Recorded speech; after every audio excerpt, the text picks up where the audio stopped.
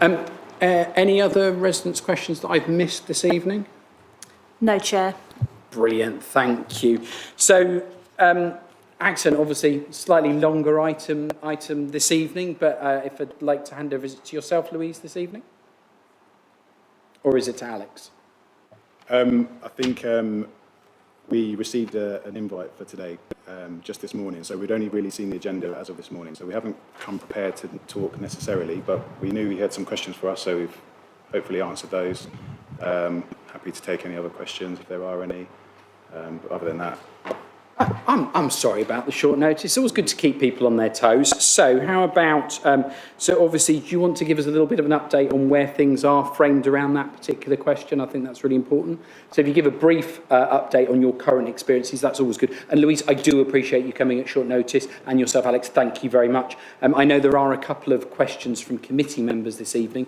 So if you want to set the scene first in terms of where things are at and where they're moving, I think that would be appreciated. Thank you. Absolutely. So I think kind of further to the answer to the last question, really, I think we are we're investing heavily in our what you may call back office functions to support the delivery of our services.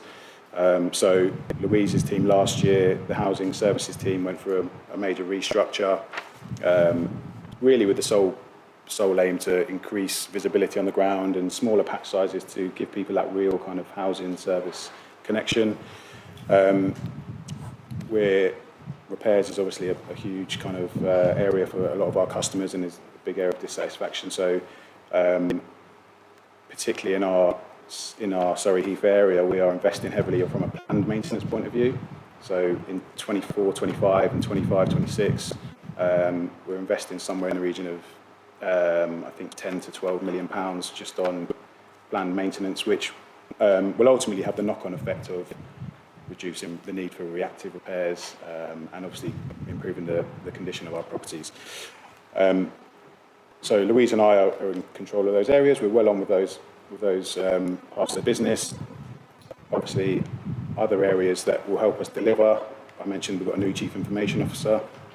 We've set aside a large sum of money to help deliver some IT/infrastructure projects that will allow for a better service delivery and help support our customers as well.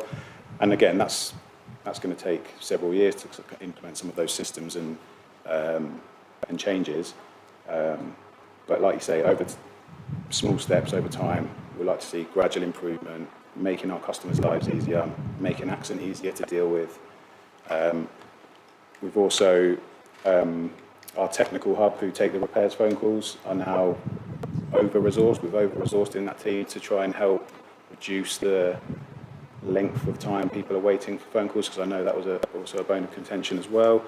And so while we're not the finished article by any means, we're definitely heading in the right direction. And yeah, I think once we can start to get the back office functions in place and support the delivery, over time we'll start to see a real step change. Louise. Just to add on to what Alex has fed back, part of our restructure in the housing team is we also give specialist housing. So we have a number of what we call independent living schemes in Surrey Heath.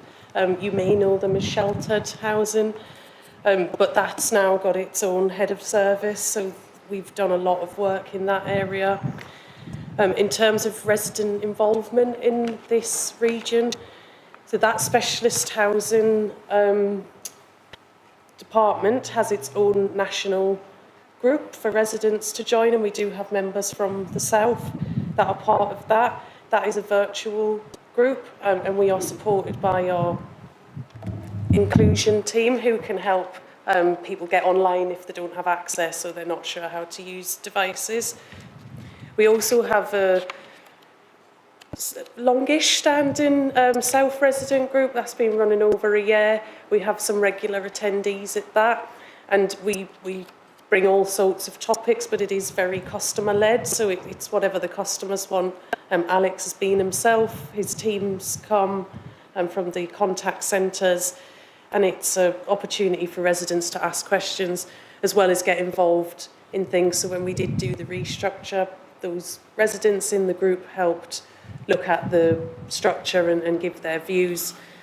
And I'm also pleased to say we've gone through a recruitment process for our new chief executive in Accent, and we had 2 customers from the South region that were part of that recruitment process. And we also are doing subject-specific workshops as well. So part of this is a plea to councillors, if you know any residents that are keen to get involved with Accent in any way, please let myself or Alex or even Nick can pass that on. We are always keen to get new members to the groups, or just people who are interested in doing an occasional workshop or similar. That's good, thank you. I think you've got someone that's definitely worth inquiring with, who very good questions, very well spoken, holding you to account in a positive way, which I think is probably someone to ask. Thank you both, and thank you for the short notice. I do appreciate it. Do we have questions from members this evening for Accent? So, Murray was first up, then Lewis.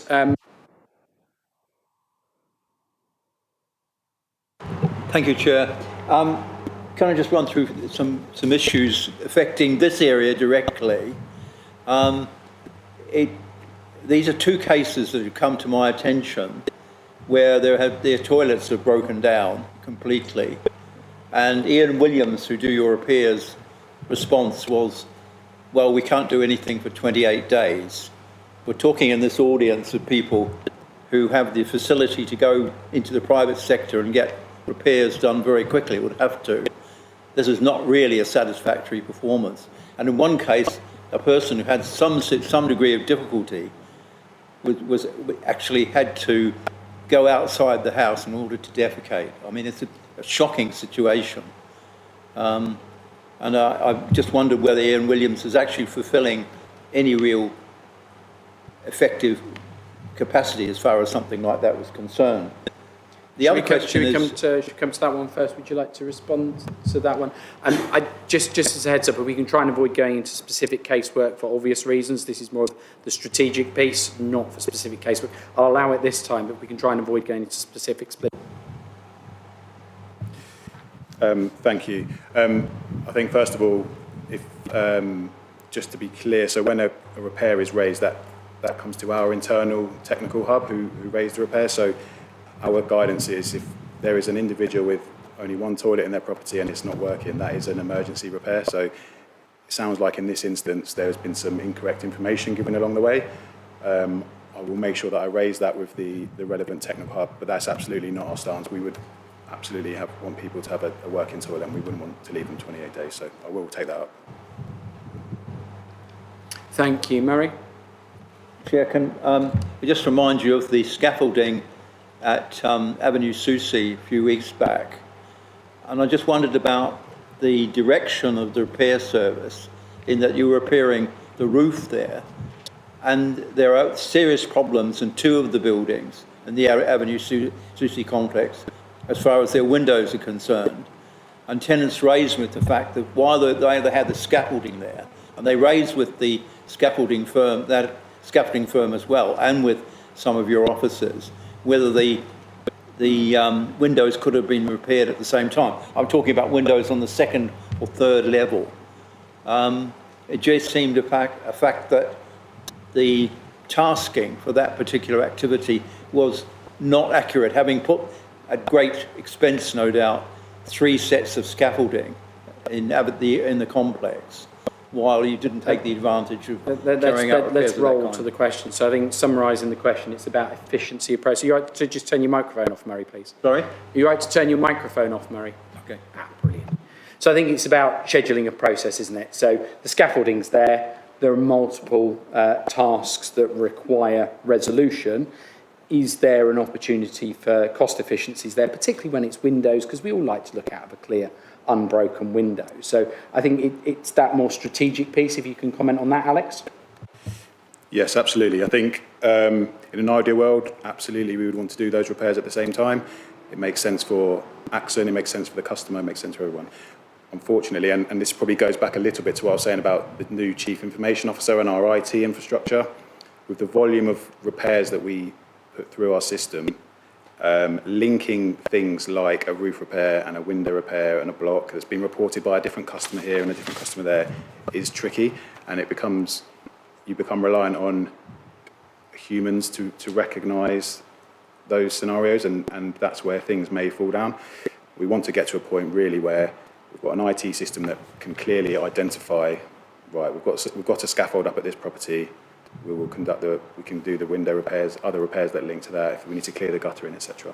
Unfortunately, we're not there at the moment, but we may be able to do stuff with kind of verbal communication as well if we're being made aware. Yeah. Thank you, Alex. Very valid points, Murray. Do you have a follow-up question? Yeah. There's a situation which some tenants have reported to me of continual rising damp, talking again about the Avenue Soucy area. These buildings date back to the 1960s, and there is a question, of course, other authorities are actually demolishing and replacing. I have talked to one of your senior managers about this, and they believe that it is possible to not necessarily go ahead with a full-scale reconstruction of the area, but in modern terms provide a recipe to do something about rising damp. But the situation for people, for the tenants, if they haven't got the wherewithal to actually repair their flats themselves, there's a whole process of slowly repairing the results of rising damp. I mean, is there a clear policy in Accent Peerless to do something about this and to look at alternative ways of people having to deal with rising damp? Thank you, Murray. Thank you. So would you like to pick up on the strategic piece around the management of chronic damp, I think is one phrase? Absolutely. We take damp and mould extremely seriously. We saw the tragedy in Rochdale. It's very high on our radar. We've got a very clear damp and mould procedure and process of how we remedy damp and mould. So I would please urge, if any of your constituents have got any sort of issues with damp and mould, please report those through to Accent through the correct channels. We will deal with those. We follow those through. We report through to our boards and our committees to explain how we're dealing with those issues as well. So, as I say, we take damp and mould very seriously, and we will remedy any issues, whether it's rising damp, penetrating damp, condensation. We will deal with those issues. So please have them report through to us. Thank you. Murray, in the nicest possible way, I've got Lewis waiting for questions. You've had 4 so far. Let's play fair with colleagues. Lewis. Thank you very much. I want to start with some positives. There's been some great collaboration with Accent over the past 6 months or so regarding some quite serious cases. So kudos there, because we weren't getting that before. And thank you for your summer fair this afternoon. I couldn't make it, but I've heard great things already. And I know we're talking strategic tonight, not any specific case in particular, but I do just want to say the questions I ask are because I've had them through casework emails repeatedly. So service charges have significantly increased for some residents without notable improvement in services. Would you mind elaborating on the challenges you're facing, which means you have to increase charges? And could you explain how you ensure transparency and accountability when calculating and implementing those charges? Thank you. Louise, Alex, are you happy to take that? Thank you. You probably, and thank you for your positive feedback. Sorry, I'll start there. That's really appreciated, and I'm glad you've heard good things about this afternoon. You will be aware of a sharp increase in utilities, and we set our service charges on the financial year. So at the point where they were set, utilities were particularly high. We are hoping, and there's many blocks involved, so I can't promise anything, but we are hoping to see a decrease on utility costs this year, because that's obviously a cost we have to pass on. We have limited control over that. We have also re-procured our grounds maintenance contracts, not just in the south, that's been across the country with various suppliers, and in order to get the quality that we need, We have in some places had to increase the costs slightly of grounds maintenance. We currently work on a 70% quality and 30% price framework, which really is to get that quality. And whilst I understand cost is really important, we are trying to avoid a race to the bottom and end up with a poor contractor there. But again, next time we procure that, we are more than open to looking at that split. Accountability, I think this is something we are looking at and we can get better at. So we noticed last year, for example, in the sheltered living, which we call independent living, they had a particularly high increase, which is around utilities, because a lot of those schemes, they don't pay their own utilities. It's part of the service charge and rent combined, and it's there. You know, it's often on a lot in the communal areas. It's on, so their costs were particularly high, and we did do a bit of a roadshow at the schemes where they were particularly high with our service charge manager, to be able to communicate that in person rather than via letter. But like I say, it is an area I think we need to get better on. We do offer, when requested, just because of volumes, if people ask for invoices or they ask for other information, we will send redacted copies. So we do have some customers who do like to look in a lot more detail, so we do that. Hope that's answered your question. Thank you, Lewis. Yes, on the whole, yes. I think communication is probably the key here. The residents that did get in touch, it was just about sort of they get the letter saying they're having this whopping service charge increase, but no sort of reasoning behind it. And then a couple of people have asked and didn't quite get what they wanted when they did sort of want a deeper dive at why they were getting the charges. So I'll touch base after the meeting about that, I think. Thank you. Final question. So we've got David Amani and Councillor Garrett. Who came first? Councillor Mahoney. Thank you, Chair. I just wanted to ask about your tenant satisfaction survey. Can you tell us what the top 3 areas of concern was and what your actionable efforts are going to be?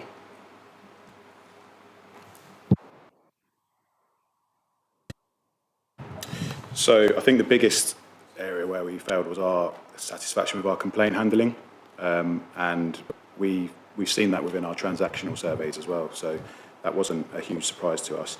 I mentioned earlier we've put a whole new directorate in solely to look at customer complaints, the learnings from that. We were currently recruiting into that team. Customer champion. Sorry. The customer champion. Yes, we've got some customer champions as well, who will support in terms of managing our services, managing our contracts, reviewing the complaints that we deal with. So for us, that's our biggest area. Repairs and maintenance is obviously is always a key area, and we've been doing a lot of work with our contractors. We've expanded our supply chain base massively. I mentioned earlier as well, we're investing heavily from a planned maintenance point of view, to really kind of see some changes through time. They're not going to make immediate differences, but we are working very closely with our contractors and the learnings from the complaints really to really try and improve those changes for a day-to-day basis for our customers so they can see a noticeable difference. So really glad that we heard some positive feedback this morning. Hopefully it's starting to make a change. We held some customer events as well. We hold those quite regularly, and one of those just happened to be today in Camberley. So we want our customers to come and speak to us, and so we can try and fix any issues that they may have.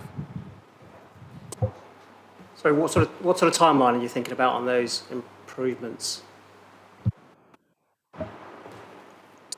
It's difficult to say. I think from a complaints point of view, our new team, we're currently recruiting into that post. We should have a new team in place by, we're hoping, October.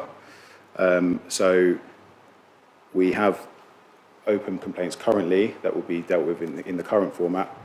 So we'd like to believe over 3 to 4 months we might see some improvement. We have already started to see some changes purely from some procedural changes that we've made into how we deal with complaints. We've seen the satisfaction increase. So difficult to say an exact, put an exact pinpoint on when we'll see those changes or when the TSM measures will reflect those, because as I said earlier, they are a perception measure. But our transactional surveys are definitely showing an improvement, and you know, we're very confident that over the course of the next 12 months we'll see that jump right up. Thank you very much. Do you share that data, your tenant satisfaction survey? Do you share that with the council? Yes, we're regulated, so we have to share that with the public. It's available on our website, and we can send a link. I did just want to reassure you as well, our Chief Operating Officer, Julie Wittich, who some of you know, we have been set targets to improve every single one of those TSMs. They're realistic but stretching, and we hope to year on year gradually improve. So it is something myself and Alex and our colleagues have quite real and live targets. It's difficult because it's only measured once a year, so we're in between at the moment.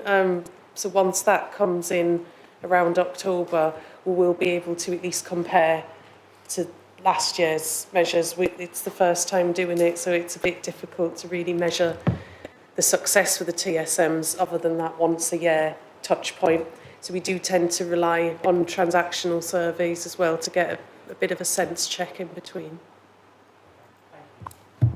I'm conscious time's pushing on. I've got Councillor Sean Garrett, Councillor Julie Hode online, and Councillor Sean MacDonald in the room. Councillor Sean Garrett. Thank you, Chair. I've got one small question in advance of an observation and a bigger question, and don't feel the need to turn around. So firstly, I'd like to start like Councillor Mears. I was lucky enough to go to the event today, and it was very good. It was a good turnout, lovely weather. So thank you for organising that, and I was able to learn something, which is always interesting. I met a partner which I'd never seen before, so that was really interesting. My very short question is, I'm a little bit concerned that, bearing in mind we were told about the change of date on the 12th of July, which was supposedly to accommodate Accent and RMP, that you only found out about the invite today or in the last couple of days. So I'm a little bit concerned about that. That's a throwaway question. My observation is, whilst I agree with Councillor Mears that things have certainly got better, I find myself, residents only contact me when they are frustrated with Accent. Without going into a particular case, I had a resident contact me.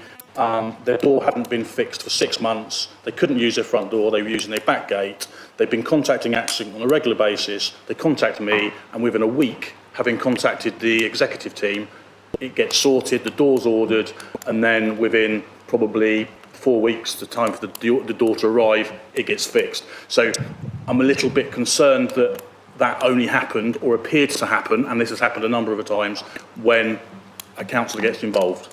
That's the perception. That may not be the case. And if I can go to my last question, it's more of a safeguarding concern, and I've spoken to the Chair about this in advance, so I won't go into any specifics. But a resident did contact me, and the portfolio holder is aware of this, I forgot to say that, as is the housing team and the executive team at Accent, but I think I would like to highlight it. A resident had an issue with a fellow resident within the same accommodation where they were assaulted. They contacted their housing officer, and they had a number of emails over a couple of days saying the housing officer was too busy to call them. That's concern number one. Concern number two is we emailed the executive team, and in fairness to Jill, and I always big up Jill because she is very efficient, and she certainly comes back with information. My concern was that was going to go to a management panel on a Wednesday, so that was going to be today. And I get told in the email, and it's a concern of your system more than anything else, that it goes to panel. Now, there's no guarantees that panel will agree to the managed move. Both of these residents live in the same accommodation, and my concern is if they go on a waiting list and I quote, which is generally managed by varying factors including priority on the time list, we are unable to find timescales, and then it says if she's on there more than a year. So I'm concerned that this person obviously needs a managed move, or the other person needs a managed move, and I'm concerned the timescales involved in that, because they are both currently living in the same accommodation, and Surrey Police have been involved in this. So, and I appreciate, and I'm happy to forward you the email, I appreciate it's very difficult now, but I've got a concern about the sort of the safeguarding aspect of that. Thank you.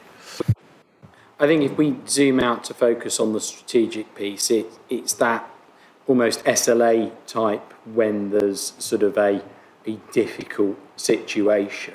And I've looked at some of the comms and I'd feel a little bit uncomfortable if I was the resident receiving it. So it's just understanding the right pathway for dealing with that. And you know what the safety valve is for something that's reasonably serious, because it sounds like there are stakeholders beyond Accent Housing involved in it. So it's just working out where the red flag should perhaps have been flagged sooner. I think is perhaps is that kind of where you're driving at, Councillor Garrett? I'm concerned, and I didn't show you the original email. I'm concerned when the resident says it took 2 days and the housing officer said I'm too busy to call, and I've got that in the email. Now I appreciate it's 2 sides to every story, so I appreciate that, but that is how the resident feels, and I've seen the photographs of the what state that person was in afterwards. So that's concern number one. And second concern is the waiting list. The inference that this person who has been assaulted could be on a waiting list for a managed move. And I appreciate you can't magic up a house, I get that. But to be fair and frank, I'd rather the other person was moved, and to be brutally honest, I don't really care what happens to that person. I care about my resident that's been assaulted. If that might seem a bit harsh. But so do you want to give just a strategic observation, Louise? We don't want to get caught into that case, just in case the police are involved in considering other routes. But obviously, Louise, if you can comment on a strategic piece, that'd be wonderful.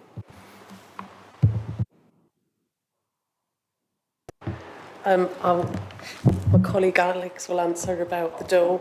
I can very quickly say about the invite. We worked with Eddie to change the date. It was more around the agenda and what we were expected to bring. And we did receive the questions in advance, which was useful. And we have had a similar issue in the past, but I won't go over it. But it is helpful if we could just know what we are. Louise, we completely understand. This thing called a general election was thrown into the mix, and there's a priority to running a general election. And when I was asked as chair whether I would give way to this committee meeting, I said, yes, absolutely. Democratic process is important. We've committed in government legislation to hold it within that time frame. I'm not going to stand in the way of government legislation. So, thank you for accommodating the situation. I appreciate it. Thank you. You're more than welcome. Thank you for appreciating. We're not as prepared as we'd probably like to be. Thank you, Councillor Garrett, for bringing this to my attention. I'm particularly not happy with the comment that a housing officer said they were too busy to call. If you could pass those, thank you very much. I will follow that up. I have really taken on board what you've said about our panel. It is held on Wednesdays, and that is to put some structure. Again, we're regulated. There's legislation on how we utilise our homes. And the panel has recently been introduced as a way to tighten up how we do that. But I've taken your feedback that if there's an emergency, we cannot wait. So thank you, and I will take that back to the team. It's very, very unlikely someone would be on there for a year. But in terms of setting our parameters, it's at a year. If someone was still on, we'd be looking to review that. Someone shouldn't be on for a year. I guess that's the point, but it's probably not that clear. In terms of moving people, we can only move those who ask.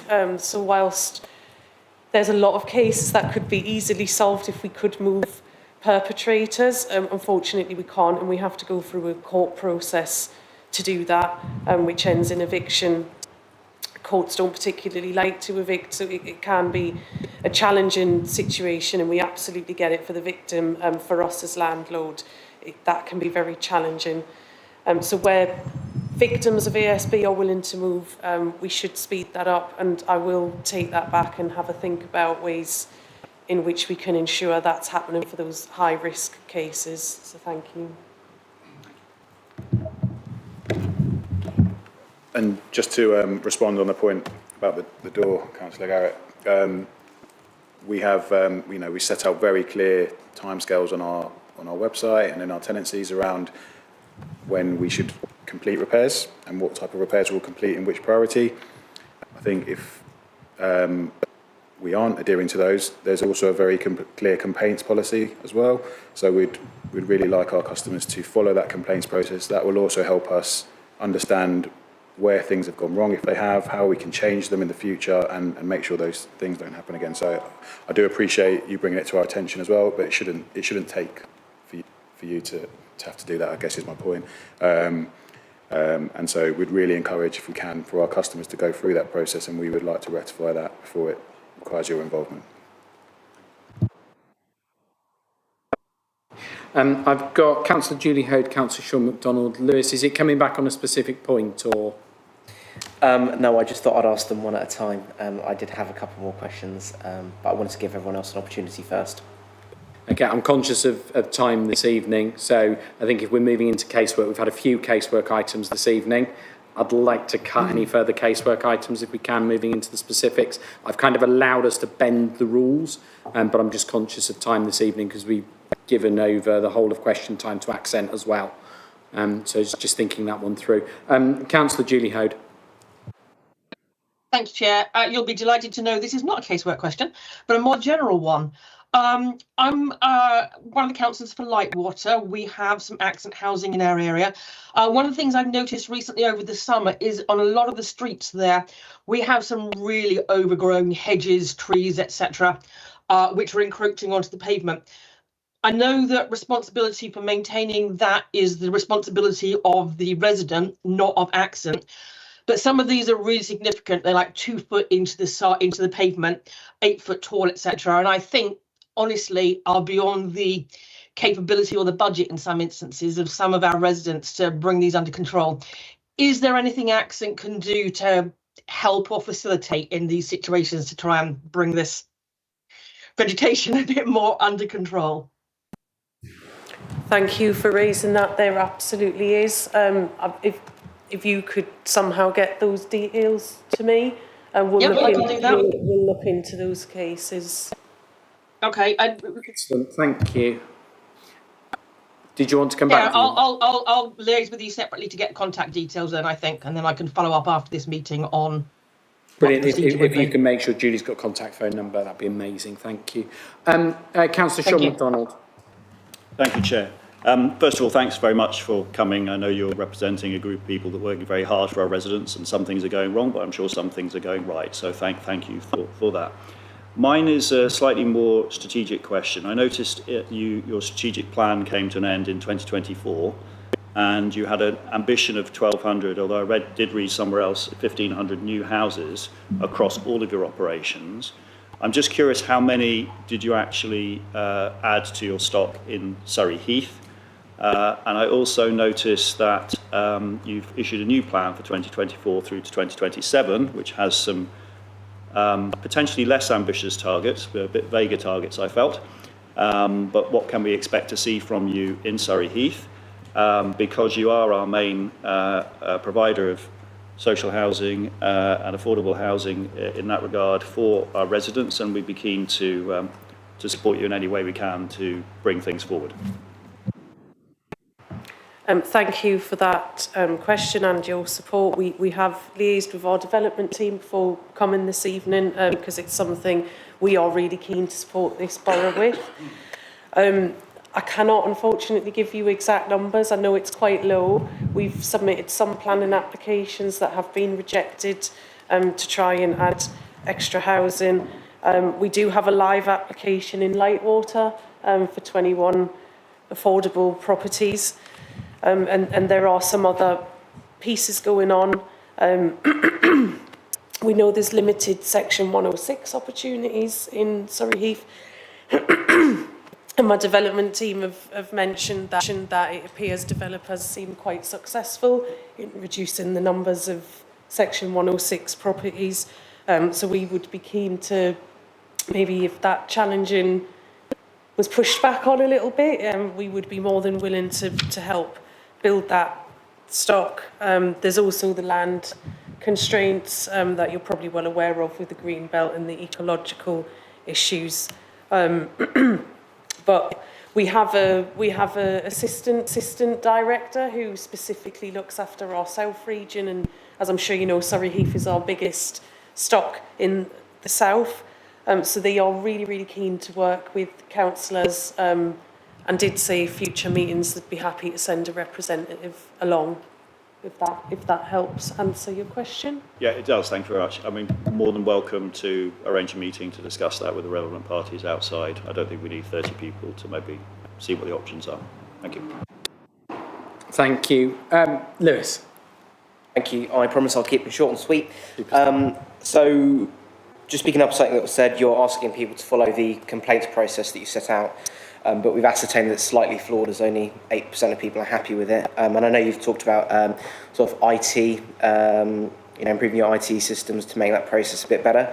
But what are you doing in the short term to improve that figure? I know we've spoken a lot about years and long term, but now that we've got the Social Housing Act that's come in place and complaints falls into that, what are your short-term goals in improving that number? Question? Thank you. So I should just clarify, the 8% figure is in relation to our homeowners, so they're leasehold and shared owners. Our general needs tenants, who are a larger proportion of our customers, the percentage is higher. It's still not where it needs to be, but it is higher than that. So in terms of short term, we have recruited heavily. So we used to have a team of 4 customer liaison officers who kind of coordinated a large number of our complaints. That team will be, I believe, 12 by the end of October. So specifically around ensuring we respond to complaints quickly. We can dedicate time to those individual customers to understand what the issue is, how we can help, and what can we do to stop the same thing happening again, importantly. And as I say, we've put that directorate in place for that short-term gain. So there are lots of other stuff that will improve things in the longer term, but we're well aware that this needs to change now, and that is why we've made such an investment. Thank you. Any further questions? No. Brilliant. So, Accent, Louise, Alex, thank you very much for coming. Again, thank you very much at short notice. We do appreciate that. Thank you very much. And obviously look forward to you attending again in the future. Obviously, in terms of Councillor Garrett's question, that's quite an important one. So we can make sure there's a response there by close of business on Friday. And I think for Yulia, we agreed to close of business on Friday as well. Thank you very much. Thank you.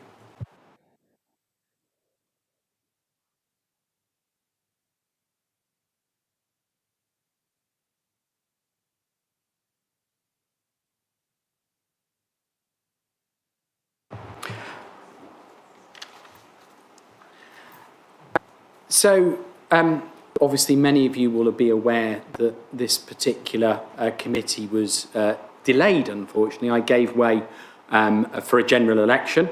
I know on a number of occasions we asked our predecessor, Michael Gove, if he'd be able to attend. Unfortunately, Michael's busy schedule prevented him on a number of occasions, despite his eagerness to attend. Dr Al Pinkerton MP was elected as his successor. We had a letter ready to roll in the office before the results were announced, inviting any of the candidates to come along at their earliest opportunity. And Dr Al Pinkerton, you've been able to fit some time into your busy schedule to attend this evening, and we are very grateful. Thank you very much. Obviously, on the agenda is an opportunity for you to present or speak first, and then what I do is like to open it up to questions from the committee. There may be questions from members of the public. I haven't been notified of any, but I'm sure you'll forgive me if any members of the public do want to ask specific questions. They run through the chair. I think rules of engagement, it's understanding the remit of this committee, so just hold that in mind, and obviously the remit of the MP. So if you're asking whether someone's bin has been collected, unless it's the MP's own bin, I suspect it's out of scope, just to set that point there, everyone. Dr Al Pinkerton MP. Am I coming through? I am coming through. Well, thank you all very much for inviting me this evening. I was very glad to accept the invitation. As you will know, Parliament went into recess yesterday, so I've spent today in and around the constituency. I started off the day at St Martin's Church at their regular coffee morning, and then was also, a bit with like Councillor Garrett behind me, was at the Accent Summer Fair in Watchetts Recreation Ground, and I can testify to what he says. It was a great event, and I learned a lot of new information and met some new partners as well. I thought it might just be helpful to give you a little bit of a sense of what it's like to be a new MP, because it has been a 3.5-week whirlwind, as you can probably imagine. So from the moment of Nick's announcement at the Chief Executive's announcement in Camberley Theatre a few weeks ago, you're handed an envelope that just says to the MP on the outside, and suddenly your life changes because you suddenly realise that, well, what you've been working for a long time has come true, and also you've got a whole load of new responsibilities, and your life is no longer really your own. And so I've been very much flying in an aeroplane that's not been in my control for the past few weeks. I have been sworn in to Parliament over the last few weeks. I've given my maiden speech. I've been able to ask important oral questions in the House of Commons chamber about the future of Finlay Park Hospital, which I imagine is something that may come up in substantive questions this evening. I've asked questions of the International Development Secretary on the UK's global strategy and global posture. I've submitted 3 written questions on local rail services, special educational needs provision, and CAMS, and have signed 3 early day motions on child poverty, WASPy women, and their pension shortfalls, and our universities. As well as trying to set up a parliamentary office and undertaking multiple training and going through lots of learning as well. I've had a chance to meet with the leader of the Borough Council and the CEO, and we have another one of those meetings set up for Friday of this week. When you become an MP, you're told by IPSA, the Parliamentary Standards Authority, that you are now an employer. And so part of my job has also been to try and create a constituency office, people who will help with the casework, because that has been, I think, the defining feature of the last few weeks. I'm receiving anything from 500 to 1,000 emails a day, many of which are lobbying emails and can quickly be filed away for future reference.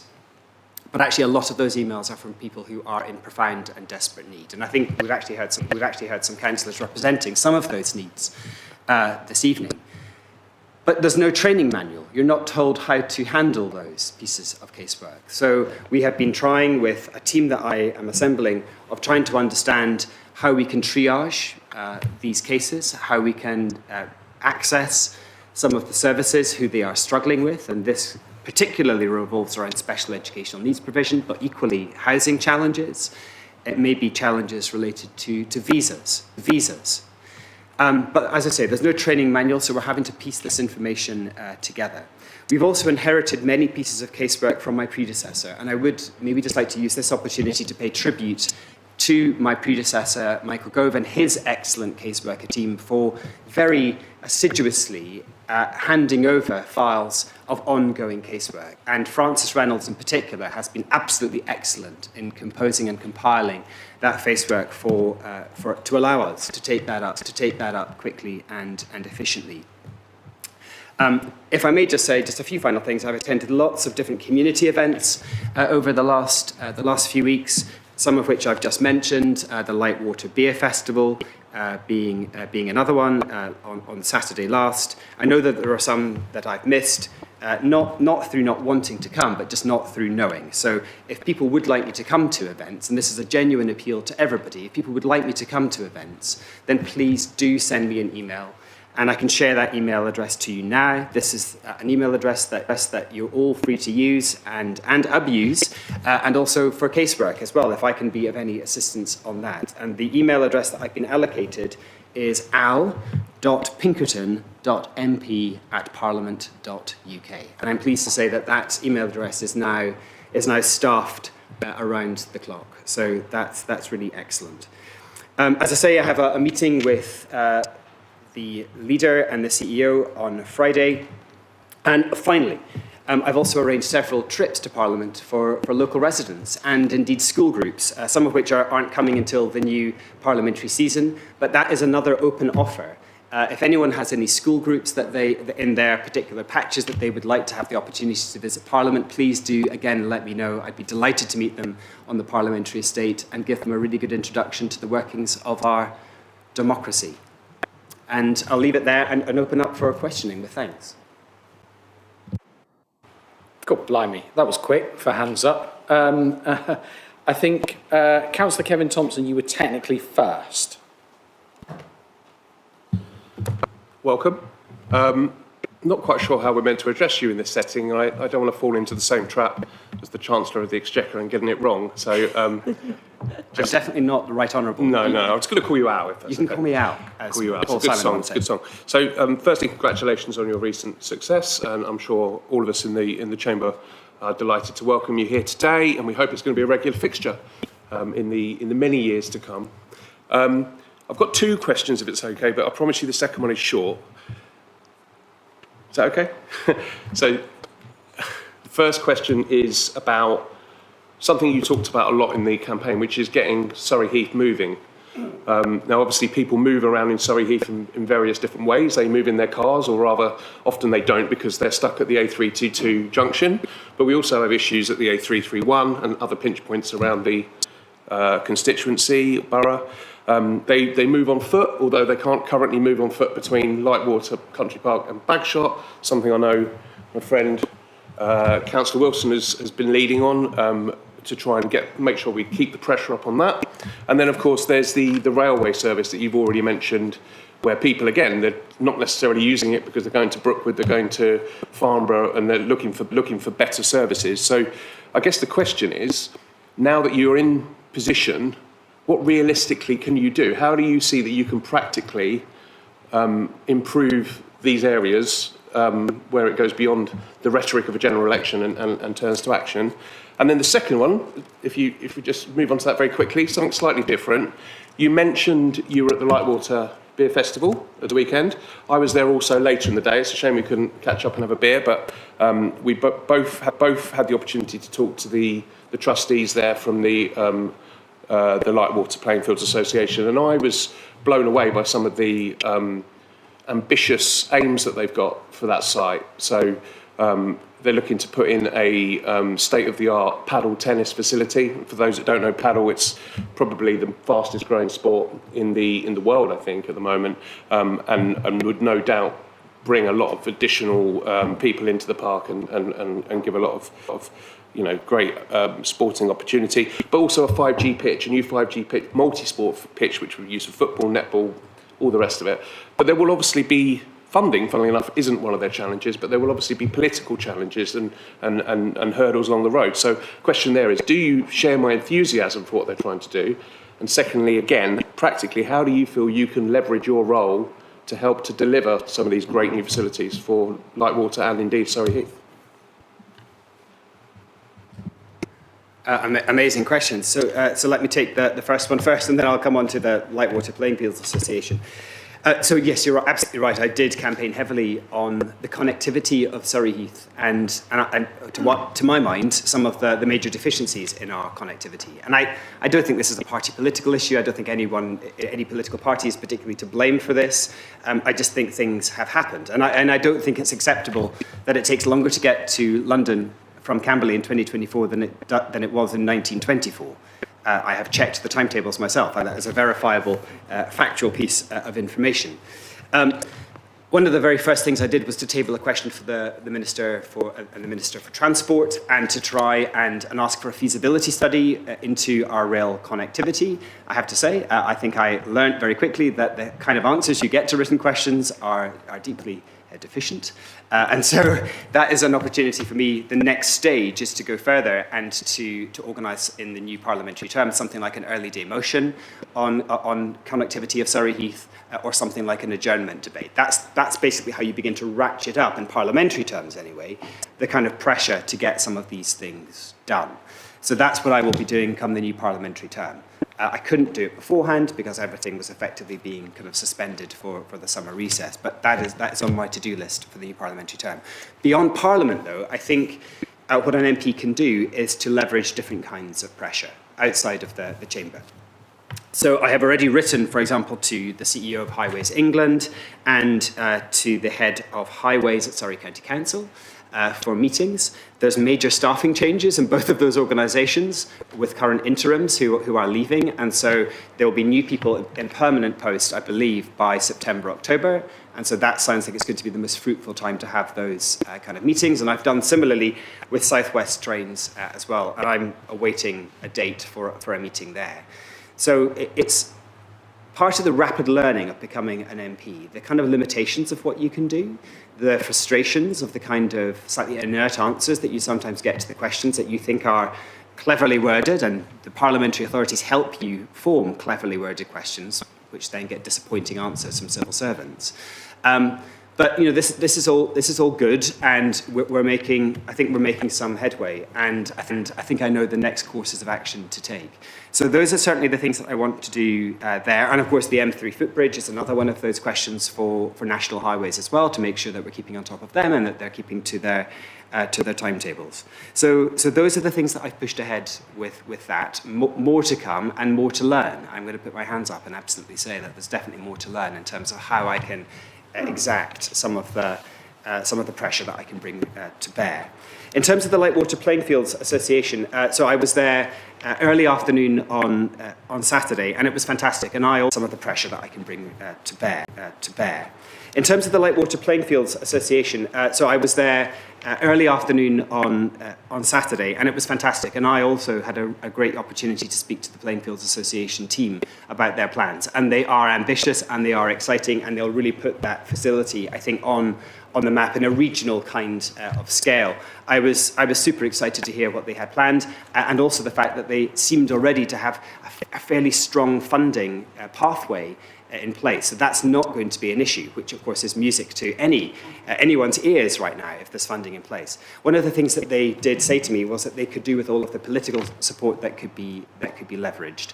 And so again, you know, I can ask questions of the Minister for Sport in the House of Commons to again put this project and proposal on the map. I'm very happy to write supportive letters. I realise that there will be a planning process that has to be gone through, so the last thing I'd want to do is to interfere with that, because I think that would be inappropriate. But in terms of the scheme, in terms of the ambition, in terms of the enthusiasm for sport that team had, the last thing I'd want to do is to quell any of that. So certainly in principle and in theory, it sounds great. It very much has my support. I'll do whatever I can to support it. But I also recognise there's a formal process that has to be gone through, which will play out in this chamber at some point. Thank you. Thank you. Thank you. I'd offer you a supplementary, but I think you snuck in a second question there, Councillor. Very smart. I've then got Councillor Richard Wilson, Councillor Ian Perrow, Councillor David Whitcroft, Councillor Louise Ashbury, and then Councillor David Omani. I've got Councillor Johnny Cope. Have I missed anybody? Did I miss you? Councillor Lewis Mears?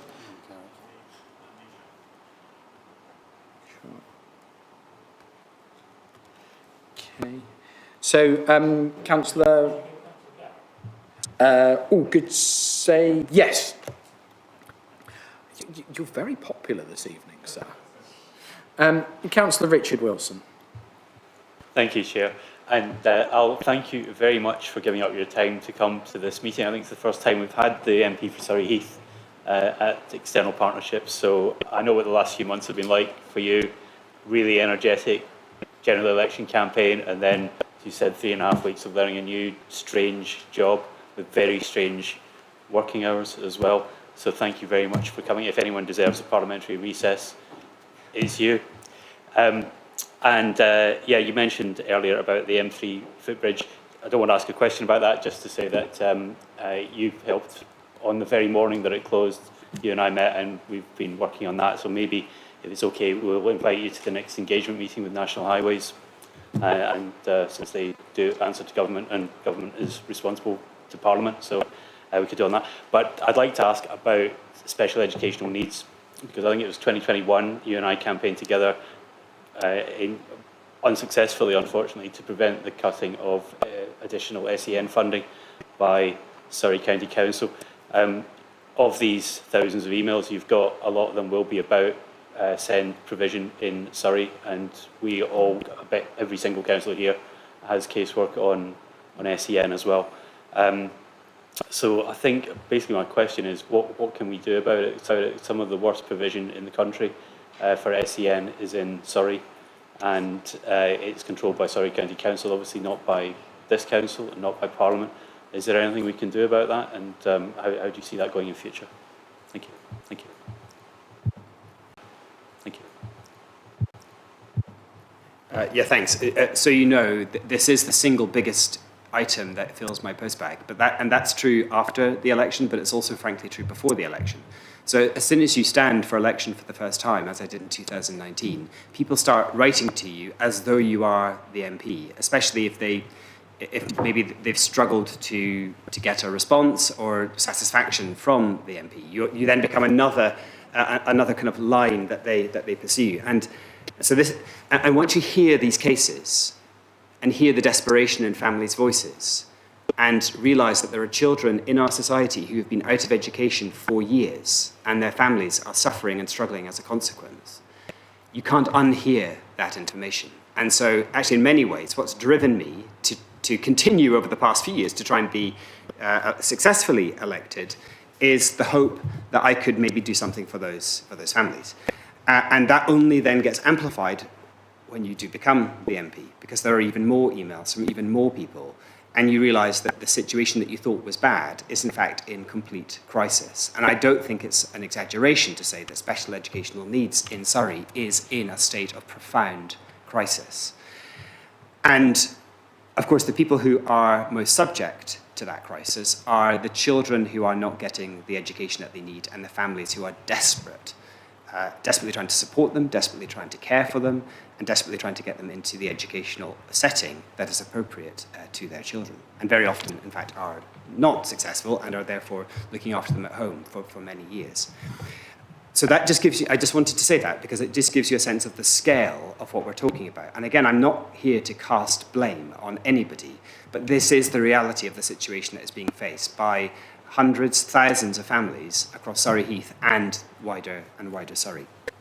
And hence why the very first question that I submitted as a written question in Parliament for the Department for Education on the 17th of July was about the inadequacy of special educational needs provision in Surrey. I have submitted a similar question to the Department of Health about the state of camps, because I think these two things are co-linked. And again, the answers I got to those questions were disappointing and inadequate. And so the next phase is to take this further into something like an adjournment debate or an early day motion. One of the things that I have been able to do, however, is to immediately develop a bit of a network, or at least to put the framework in place for a network of parents who have written to me who are clearly looking for mutual support and information sharing. Because one of the things that the County Council seems to do is to make people feel extremely isolated and as though they are the only ones asking for what they're asking for and that they're being unreasonable in asking for it. But when you suddenly see hundreds of emails coming at you from hundreds of people who are being uniquely told that they are the ones being unreasonable, you realise that they're not being unreasonable, or not necessarily so, but they're being told that. So what I'm beginning to do is to network these parents together so that they can share good practice, they can share lessons, and they can navigate an incredibly opaque system rather more readily. And if they're watching tonight, I'm really glad that we've been able to make some advances on that, but there's lots more to do.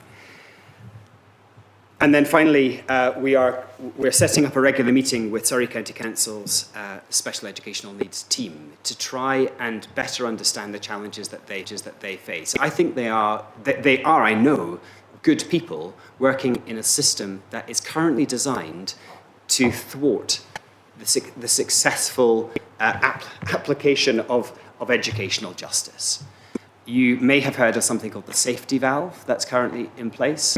And this is basically a mechanism that is in place to triage down cases, to reduce the budget that Surrey County Council spends on special educational needs provision, because it was grossly overspent, and it was a real risk indicator that if money continued to be spent at the rate it was being spent, then that could lead to the bankruptcy of Surrey County Council. So the safety valve, which sounds incredibly benign and rather nice, is in fact a mechanism in place to force that particular department in Surrey County Council to reduce its deficit. And if it successfully reduces its deficit and it successfully meets the targets that it set, then a slightly more money will be thrown at it. And it's currently meeting its targets, but it's only meeting its targets by being so brutal in its application of new rules that people are being told that there's no care, that there are no EHCPs available, or that they cannot meet the needs of EHCPs. So children are being the ones who are being forced through a net with increasing force because of the safety valve.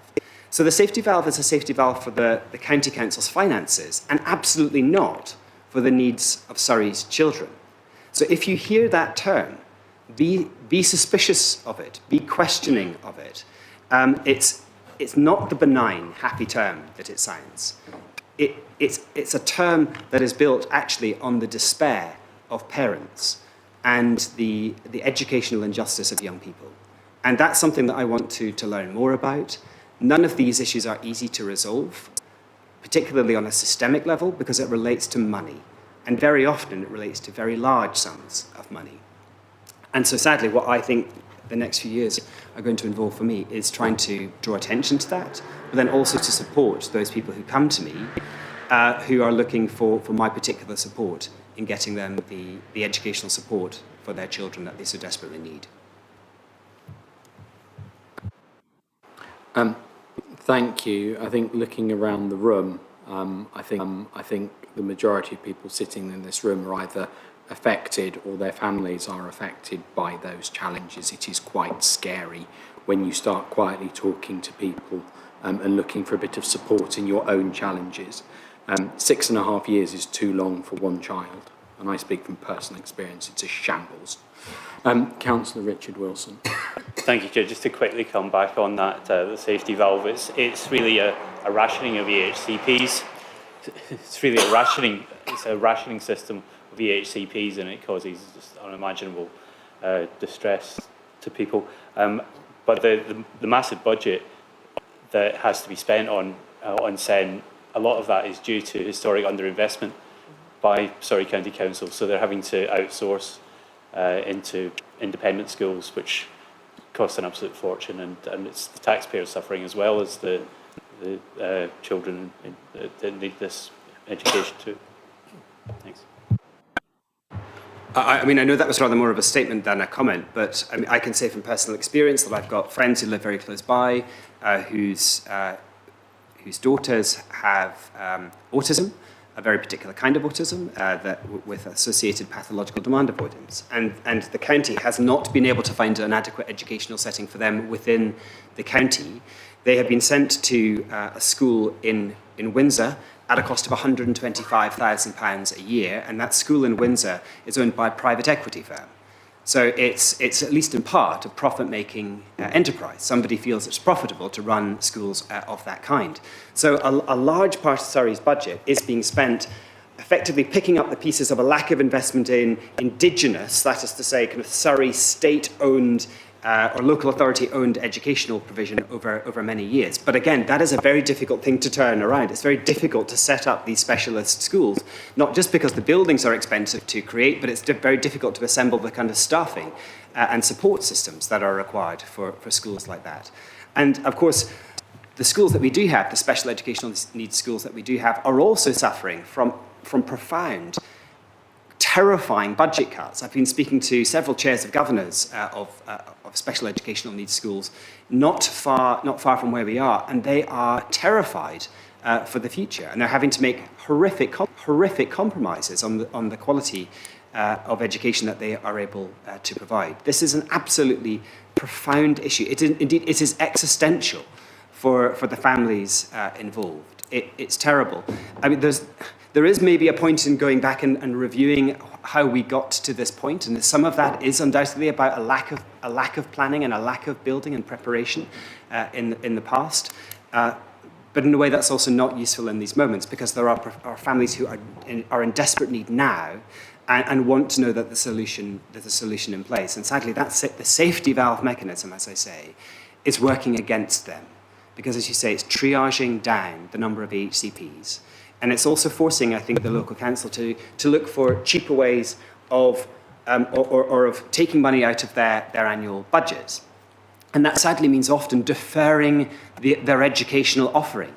And one of the ways of deferring is by delaying and drawing out this process so that children are missing entire school years, not because they just can't find the right school, but because it seems to me to be almost a deliberate strategy to delay in order to save money, to push a problem into the next financial year. That is the very sad situation that many families are facing right now. Committee, would you perhaps indulge me? I appreciate the Liberal Democrat group got their hands up first and fastest, but I think I'd like to have a blend between the political parties rather than just having it grouped up. So, Councillor Cope, you were first up. Would the committee mind if I do that, just so it's a bit more balanced? Thank you for indulging me. Thank you, Councillor Cope. Thank you for the queue jump, Chair. To follow a theme, I just want to congratulate you again on being elected, Al. I think someone had to ask it. I want to ask about Frimley Park Hospital. Obviously, I know there's been a lot of concern locally following the Chancellor's statement on Monday about the future of the Frimley Park Hospital rebuild. I'm sure everyone in this chamber wants to see that rebuild happen. And I know that you've already made some statements on it. You'll also be aware that there is a residents' petition, which is, last time I checked, cleared 3,500 signatures. Now, one of the focuses of this committee is campaign for residents. I saw that you did a video where I felt you were slightly dismissive of that petition.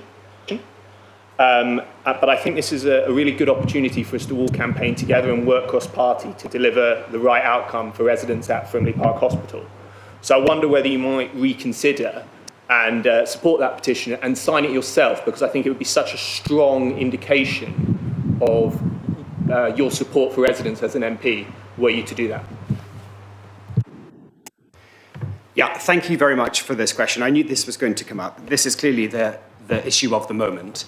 I think it might be useful just to review the 24 hours following the Chancellor's statement in Parliament. And so I did have the great benefit of sitting directly opposite virtually the Chancellor and hearing exactly what she said, and then had the opportunity, I was called by the Speaker to ask a direct question of Rachel Reeves in that situation. So she obviously laid out what appears on the surface to be a deeply worrying picture about the state of the nation's finances, and one of the victims of those finances, at least temporarily, is the Future Hospital Programme, which has been temporarily suspended. And I emphasise those words because I would like to challenge you. I have not been snotty, or whatever term you chose to use, about a petition. I have been perhaps rather more cautious about the language that was used in that petition, and indeed the way that that petition was promoted and advertised, because it implied, both in the petition and in the promotional posts that went with it, that Frimley Park had somehow been uniquely removed from a list of hospitals that were on the Future Hospitals Programme. And that is factually inaccurate. So, Frimley Park Hospital, like all of the other hospitals on that Future Hospitals Programme, has been temporarily suspended. The list that was being circulated was in fact from 2001. So Frimley Park's non-appearance on that list is purely related to the fact that Frimley Park wasn't put onto a list until 2023. So it's unsurprising that it wasn't on a list in 2021. And I think what I was also disappointed about is that people who should know better, including actually some county councillors, actively said that Frimley Park has been removed from a list of approved hospital builds. And that is absolutely not accurate. And that was a claim that was also made originally in the petition. So my caution around the petition is very much related to that particular point, which I know Frimley Park Hospital have also been vexed about and have been forced to write to the Department of Health in order to have that formally corrected. So that is perhaps not a helpful way to start a petition, and also it creates deep and deeper public anxiety than perhaps was necessary. Frimley Park is no different to any other hospital at the moment. In fact, it is rather different because the Secretary of State for Health has already committed to the fact that any RAC-affected hospitals, such as Frimley Park, will be prioritised for any future health spending. So in fact, I think rather more likely, Frimley Park will find itself kind of rising to the surface in terms of future health spending. So that's why I've been very cautious around that petition. Personally, I don't think the public are in any doubt about my commitment to this project. I think you could hear the passion in my voice when I asked the question in Parliament. I've also given various other public statements on social media, and I've been quoted widely in the formal media as well over that time. I feel that that is my role as an MP to do that. I have no objection at all if anyone would like to sign the petition. I welcome it. It shows public support for the hospital. But I don't think the public are in any doubt about my support. The only other thing I'd say is that with petitions, they're very good at raising the profile of an issue. The fact that this is being talked about in the House of Commons suggests to me that this issue has already reached the highest offices of state. And indeed, I have a meeting with the Health Secretary over coming weeks, as was committed to in the House of Commons. So that's the situation as it is. Frimley Park Hospital has not been cancelled. It is, along with the other hospitals, it is temporarily suspended until a Treasury review is undertaken. Thank you. For clarity, ladies and gentlemen, this evening, Jonathan Sly is not from that particular area of the NHS to be able to offer comment, just so there's no ambiguity there. Jonathan, obviously you've got some very important stuff to talk to us about in the next item, I think, or the item after that. But most importantly, just to make sure that the reason you're not commenting is obviously it's not your area, so we wouldn't want to put you in an unfair position. Councillor Cope, did you want to come back? Okay. I guess the other observation I'd make there is if there's clear inaccuracies in the petition, then perhaps someone may wish to reach out to the petitioner and ask him to perhaps take it down and put up a more accurate one. But that's just a personal observation. So next I've got on my list is Ying. Thank you so very much for giving way there. I appreciate it. Thank you. No problem. My pleasure. And welcome, Al. Nice to see you. And thank you so much for attending to this committee and for your detailed answers. And of course, I'll be also, after asking this question, I'll also be sliding a little bit of about SEN, talk about SEN. So as a parent, I'm especially drawn, and was, and still am, drawn to your election commitment to a fair deal for young people, in particular your desire to bring further and higher education opportunities to Surrey Heath. Will we ever see this happen, and if so, by when? And I think after your answer, I would like to slide in a little bit, sorry, Chair, for that, about SEND, a little bit of information about SEND. Councillor Perrott, I think Councillor Thompson has unfortunately set the tone for everyone this evening. Always good to be a trailblazer. If you just pop your mic off as well, that'd be awesome. Thank you, Ying. I really appreciate the question. I mean, clearly things are still in very early stages. I'm only 3.5 weeks in, but I'm very pleased to say that I have a meeting organised for after the end of the parliamentary recess with Gordon Murray Automotive, who are a major local employer between Windlesham and Chobham. I know there's some dispute between Windlesham and Chobham about exactly where that is between the two villages. I believe it may actually be Chobham rather than Windlesham. But I'm looking at Councillor Wilson, and he's looking at me quizzically over that issue. Anyway, it's a local and major international car company. But one of the great things about Gordon Murray is that they are creating a technical institute on their site, which many people will know. That site is the former British Oxygen building just beyond the village centre of Windlesham. And I think that's a really exciting opportunity. They reached out to us to say that they would like to create this educational facility there with apprenticeships, with skills training, and all of the things, in fact, that I was talking about during the election campaign. So we're going to be talking in the autumn about supporting that and trying to build partnerships with local educational institutions who can help deliver and compose a full and rich curriculum, which I think sounds really fantastic fantastic and exciting, will be a great opportunity for our young people, and indeed from young people from elsewhere who might come to Surrey Heath for that kind of skills training. I also frankly want to open discussions with any other further and higher educational college or offerer to try and bring some of that into Surrey Heath. I think one of the things as a parent that I am concerned about for Surrey Heath is that we seem to have exported all of that training to neighbouring boroughs. Sometimes, I admit, not very far away, such as Farnborough Sixth Form and Farnborough Technical Colleges. But it's notable that those things are not happening within Surrey Heath. And so I am open to those discussions. If anybody here knows of further and higher education colleges who might be looking to set up remote campuses here or institutes here, I think that is exactly the kind of things that we need. Because as I said during the campaign, and I see this in my own children's future, we tell our young people that they have to leave Surrey Heath in order to be educated. We then don't allow them back because of our excessive housing costs, and we lose that next generation of entrepreneurial potential. And I think that's a real shame. And I'm not saying that that happens to everybody, but I'm saying that that happens to some and it happens to too many. We need to keep that talent here because that is what will allow us to grow. It'll boost our local economy, and it will have all of those kind of virtuous effects that we know come from that. So I think we need to keep and create educational opportunities here, and hopefully see that next generation flourish.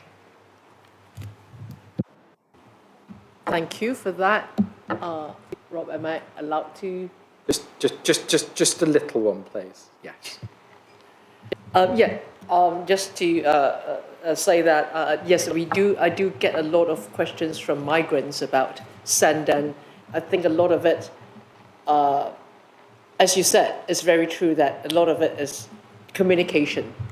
Yeah, and a lot of parents come by, they do not know the system and they get depressed.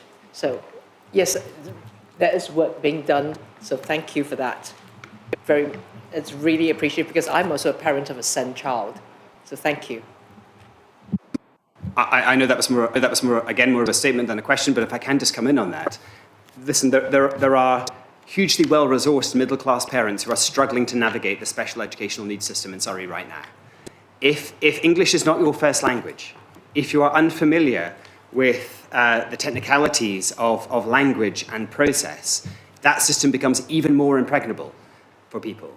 And it's very often sharp-elbowed middle-class parents who are, and because they also have some of the financial resource and the ability maybe to lawyer up, as the saying goes, who can exert pressure. People who are perhaps non-UK native, who have fewer social resources, who don't have strong support networks, they are falling through the net at a higher rate than those middle-class parents. And that is not acceptable, because very often they also have even more profound social challenges and caring challenges, which compounds the issues that they're facing at home. But thank you for your question. Councillor Sean Garrett or Councillor Lewis Mears, who wants to go next? Do we do rock, paper, scissors together? Councillor Sean Garrett, I'm not quite sure how we work this one when you talk, because... Al, don't turn around. It's nothing personal, but we always have If you sit to one side briefly, it doesn't look like he's talking to your head then. It's a constant conversation about having you back to me. Again, congratulations. I know I WhatsApped you not long after you became the MP, so congratulations again. I'd also like to echo your comments about your predecessor and the casework team. I had the benefit of working with them on a regular basis, and some of the stuff they were able to do was, they did impossible tasks, I believe, sometimes. And I intend to work with you, as I did with my previous MP, which is if a resident contacts me and there's nothing I can do, and I believe it's something the MP should be dealing with, then I will certainly refer them to you. I've got a statement and I've got a question. The statement is, the conversation I've had with you already is a reference, the flavour of the month. But as I said to you when I saw you, I think I've got a different viewpoint on SEN and CAMS. I've been a school governor at junior schools and a secondary school where I see it firsthand. I'm a parent of a child with SEN needs. I'm a parent of a child where we're currently going through CAMS, 1 year into a 3-year. So I see it from that viewpoint as well. And I also, unfortunately, see it from residents' points of view. So I see it from a pincer approach. I disagree that it's a Surrey issue. I think it's a UK issue. Now, we may not agree on a lot of things, but I think as far as SEN and CAMS go, the system is broken, and I don't believe adding money to it is the answer. And I had this conversation with you. I think it needs the organisation, the way it's done, triaging, all those sort of things need to be looked at. So, and I've made the offer to you, and hopefully we can meet in the future to have a discussion on that. So it's something that's really close to my heart, and I really want to discuss that. While we're talking about college schools, this is my question. It's a rebuild question, nothing to do with Frimley Park, but in view of the pause that's been put on major projects, including hospitals, as you're probably aware, Collingwood is on the school rebuild. It was entered in 2022 for work to be done. Not because it's got rack, but it needs work done on it. Now, my concern as a school governor at Collingwood is that is also going to be put on hold. And there's a lot of work, and there's a lot of work that's been paused at the school in view of the fact that they are looking to have work done as part of the school rebuild programme. So I would urge you as our MP to make sure that not just the hospital is looked at, but also schools within our borough that are on the school rebuild process. Thank you. Councillor Garrett, can I just say, I was hugely grateful and touched by the message that you did send me very early after the election, expressing your willingness and your desire to work together closely. I echo that sentiment exactly, and I restate that to you now. Personally, I think in this place and also in the House of Commons that there is always far more that unites us than divides us, and I think that is a spirit that I'm certainly coming to this chamber in today. Thank you for your points about SEN and CAMS. I look forward to a longer discussion about that. The reason that, of course, I'm talking about Surrey because that's the system that I am dealing with all the time. And I should also just say that I have had discussions with very senior people who run large residential schools who bring in children actually from almost every local authority in the country to be educated in them. And sadly for us, what they report is that Surrey is very often the single most difficult local authority to work with in terms of providing the kind of care that children with special educational needs require. So it may very well be a national issue, but I think there's a particular point of focus that we can detect in the Surrey context. On the point about Collingwood, I'm so grateful that you've brought this to my attention. I knew that it had been listed for substantial rebuilding. We have not heard any statements at all in the House of Commons about any suspension to the school rebuild programme. But that your question this evening, Councillor Garrett, is an impetus for me to write to the Secretary of State for Education asking for an assurance that that the Collingwood rebuild will go ahead unaffected. So I will make a commitment to you that I will take that on tomorrow and get a letter off to the Secretary of State for Education within the next 24 hours. But thank you very much for that. Thank you. Reminds me, I think my son goes to Lakeside, and that's been moved to Mindenhurst, a new build school, but I think the facilities are a little inadequate, I think it's fair to say. But I thought there was an SEM provision for my son's old school supposed to go ahead. That seems to have gone a little quiet there. One would have thought in boroughing or in countying would reduce outlay. Just an observation there. I may have missed something. So next on my list, Councillor David Whitcroft, who was first Lib Dem leader of this council, and I think you're the first Lib Dem MP of the area, interestingly. Just an observation. We'll compare first some other time.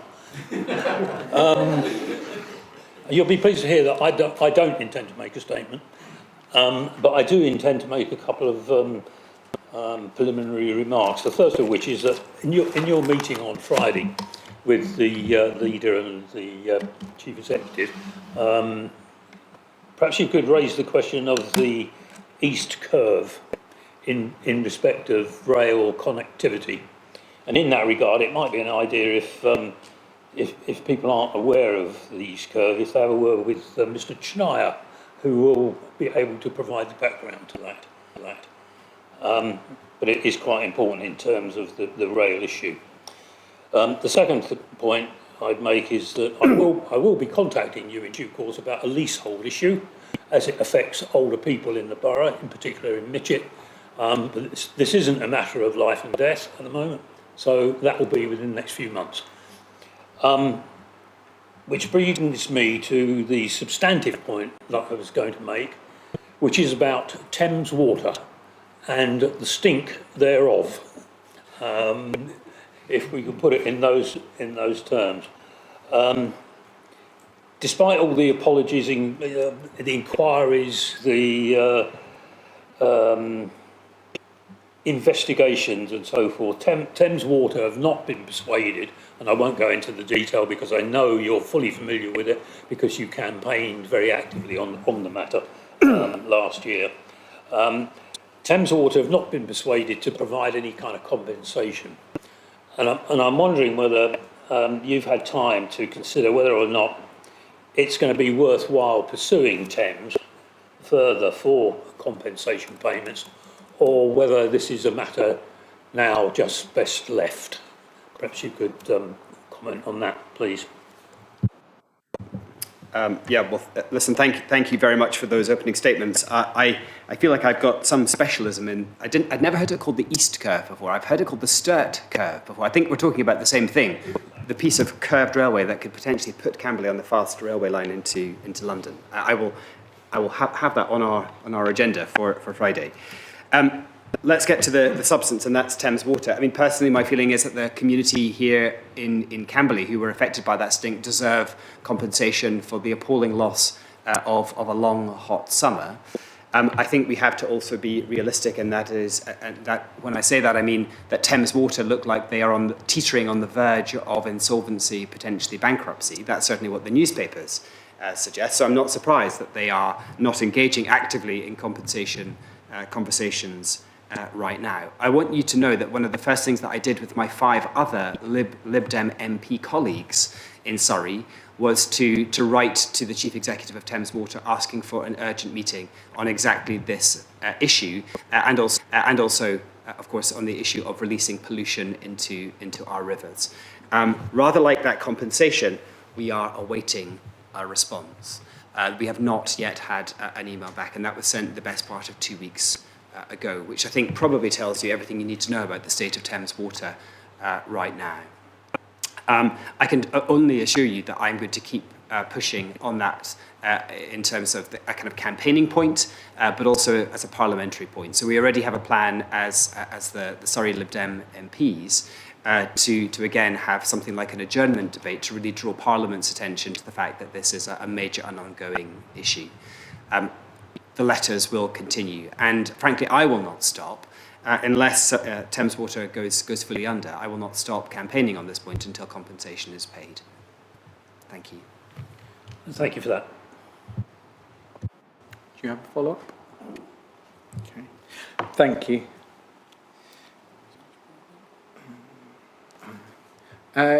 Councillor Lewis-Mears. Thank you very much. My original question has been asked and answered, but let me extend my congratulations for your recent election success, and I look forward to working with you constructively. We heard that there's going to be some national planning policy reform potentially, and the figures for that suggested a 106% increase in the medium term to over 4,000 homes in Surrey Heath in particular. I wonder if I could have your thoughts and reflections on that.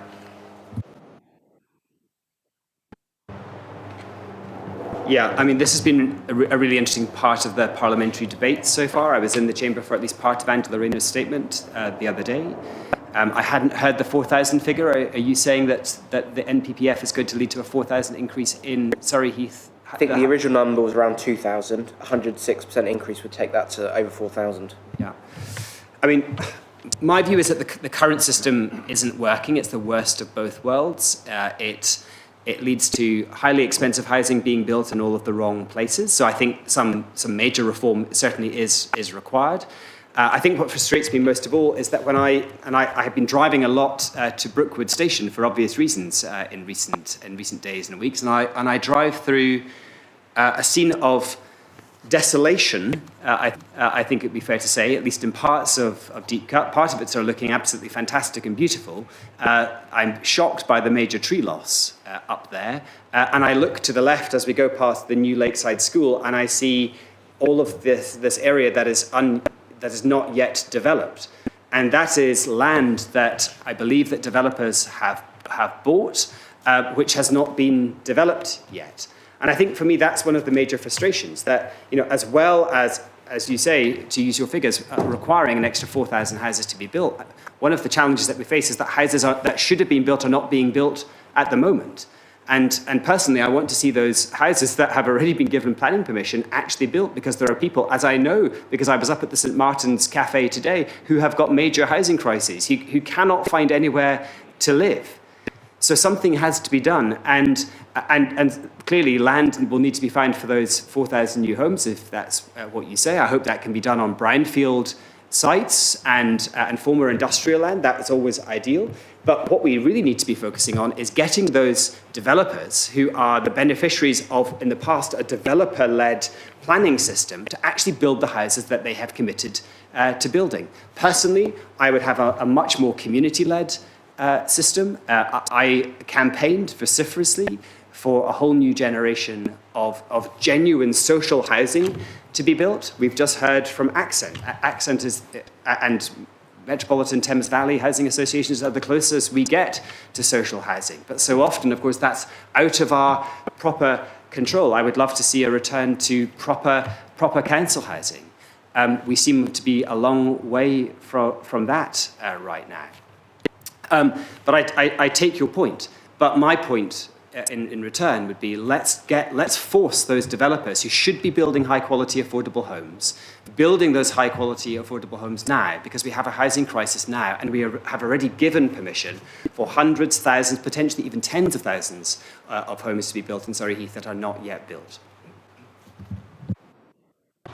Would you like to come back, Lewis?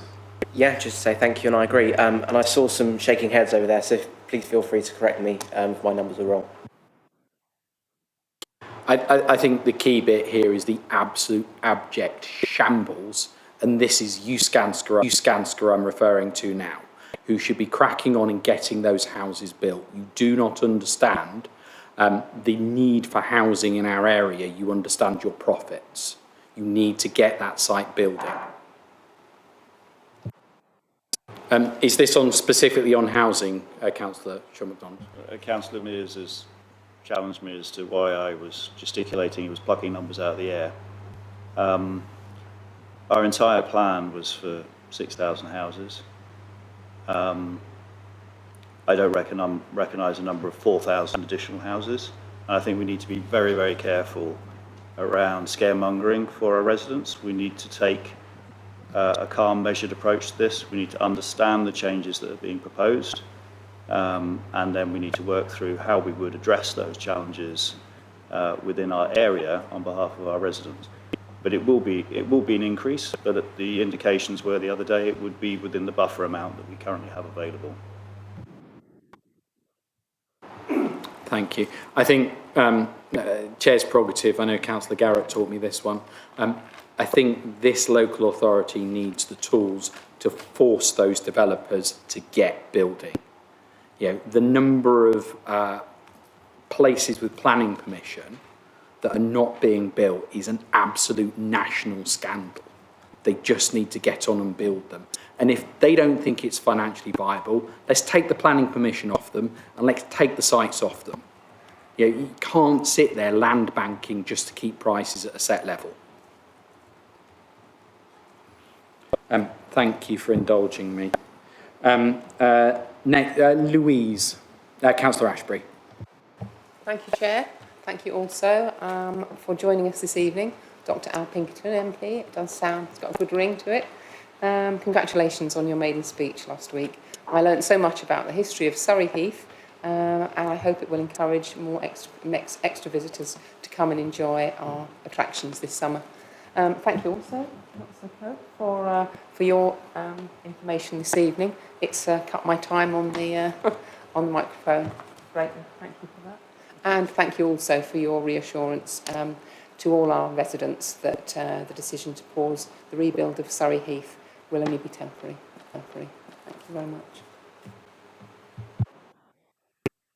Thank you very much. I'm glad you enjoyed the maiden speech. It was fun researching it and writing it, and I'd like to pay tribute to Surrey Heath Museum and Heritage Services for over the years giving me so much of the information that I was able to draw upon in giving that speech. They're an amazing group of people doing a wonderful work, and they're definitely worth visiting if anyone is watching this particular live stream.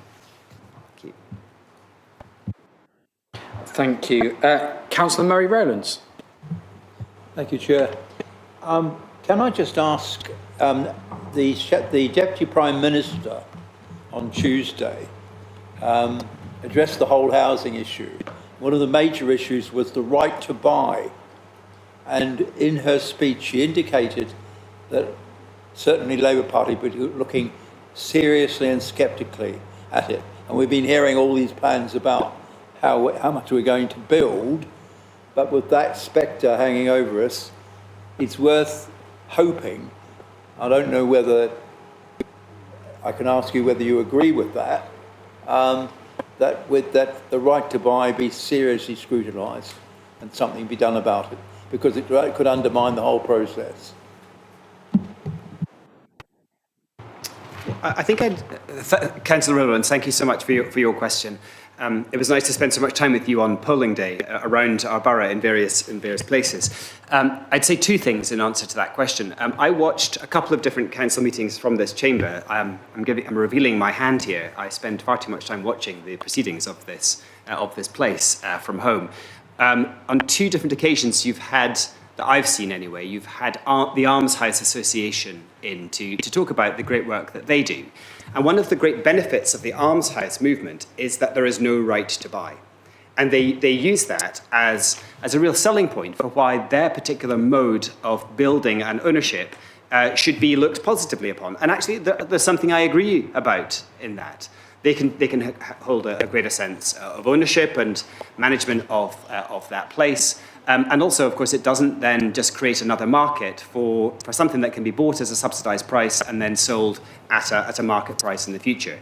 So by cancelling or by restricting the right to buy, you have the opportunity as a local authority to do the same thing. Because one of the challenges of the past is that council houses were sold off.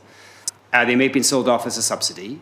Within a matter of weeks or months, they could then be resold at market value, and you have recreated exactly the same problem that you build council houses to try and avoid, and that is to try and create affordable homes, because things bounce up to a market value. So I think there's a very good argument to be made for at least partial restrictions on the right to buy. And if there is a right to buy, then council should also have the right to reinvest that money in a new generation of council houses. And of course, we know that was ultimately the problem with the previous right to buy scheme, that the money that local councils raised from those right to buy schemes could not be reinvested in a new generation of council houses. And to my mind, that was unforgivable, because that contributed over a long period of time to the housing crisis that we have today. So I think you make up a strong case. I'd like to look at the details. I'm sure people would lobby against it very strongly, but I think you make a really positive case for that. Thank you. No follow-up? Okay, awesome. Cool, you're very welcome. I've got David O'Mahony. Have I got anyone else? Madam Mayor, do you have a question this evening? Not a question, just checking, obviously the most important councillor in the room. And thank you for coming this evening, thank you very much. Councillor David O'Mahony. Hi, Al. I and many of my residents are extremely happy to see you here as our MP. Your story of the whirlwind you've experienced in Parliament in the last few weeks is reminiscent of many of the new councillors from last May when we took over the council. It appears to have other similarities as well, whereby you're finding out that the previous Conservative government have been operating on incomplete financial information, and omitting key spend items for the budgets. In our case, the cumulative impact of these historic emissions, inflation, high interest rates, are placing an intolerable strain on the council. As our MP, is there anything you can do to exert pressure on the government for a fairer funding settlement? Perhaps allowing us to retain some of the current business rates, which at the moment we retain 8%? Yeah, David, thank you so much for that question. I mean, fundamentally, as a Lib Dem, I believe in devolving power down to the lowest possible level, and that also means being able to retain money and finance at local money that's raised locally should also be kept locally. And I think one of the problems has been that the finances of local authorities have been tipped in the wrong way over recent times. I was shocked when I heard that business rates levied locally here in Surrey Heath, only 8% are retained here. 92% through various different mechanisms are spirited away elsewhere. And that makes it incredibly difficult for a local authority like this to plan and to think about, for example, expanding businesses and thinking about the kind of the virtuous circles that could be created as a consequence of that business investment, because fundamentally you keep so little of the return from those businesses coming here. I will absolutely campaign. I will do anything I possibly can to try and raise this issue at the highest possible levels. Part of that, of course, part of that retaining 8% but losing 92 was related to levelling up. That communities like this were paying for communities elsewhere to be levelled up. But my argument is that you don't level up by levelling down places like Surrey Heath. And I think Surrey Heath may give the impression to people who are from outside here as being somewhere that is uniquely and universally wealthy and well off, where business is thriving. But we know that is not the case. Businesses are struggling here as much as they are anywhere else. And we've got great businesses that deserve to be supported. But the best way for those businesses to be able to support the local community is by retaining more of the business rates that are levied here. So I will work with the leader of the Borough Council. I will speak to the Chief Executive Officer about what I can do on our collective behalf in here to raise this issue at the highest possible levels. And I suppose that if that is the last question, this also enables me just to kind of set that tone. I really want to help people here to achieve what we all want for our residents and our communities. And if there's anything that I can do to use Parliament and to use the office of the MP to raise issues to that level, then please do let me know. That is what I am ultimately here for. It's not just to come back and give the occasional report every few months. It's to genuinely have a constant sense of dialogue and to use the office of the MP in order to further the cause of Surrey Heath. That's what I'm here for. Thank you. Do you have a follow-up? No? Oh. Someone well behaved, Councillor Thompson. I've got Councillor Sean MacDonald and I've got Councillor Rob Lee. Councillor Sean MacDonald. Thank you, Chair. Mine's a lighter tone maybe than normal.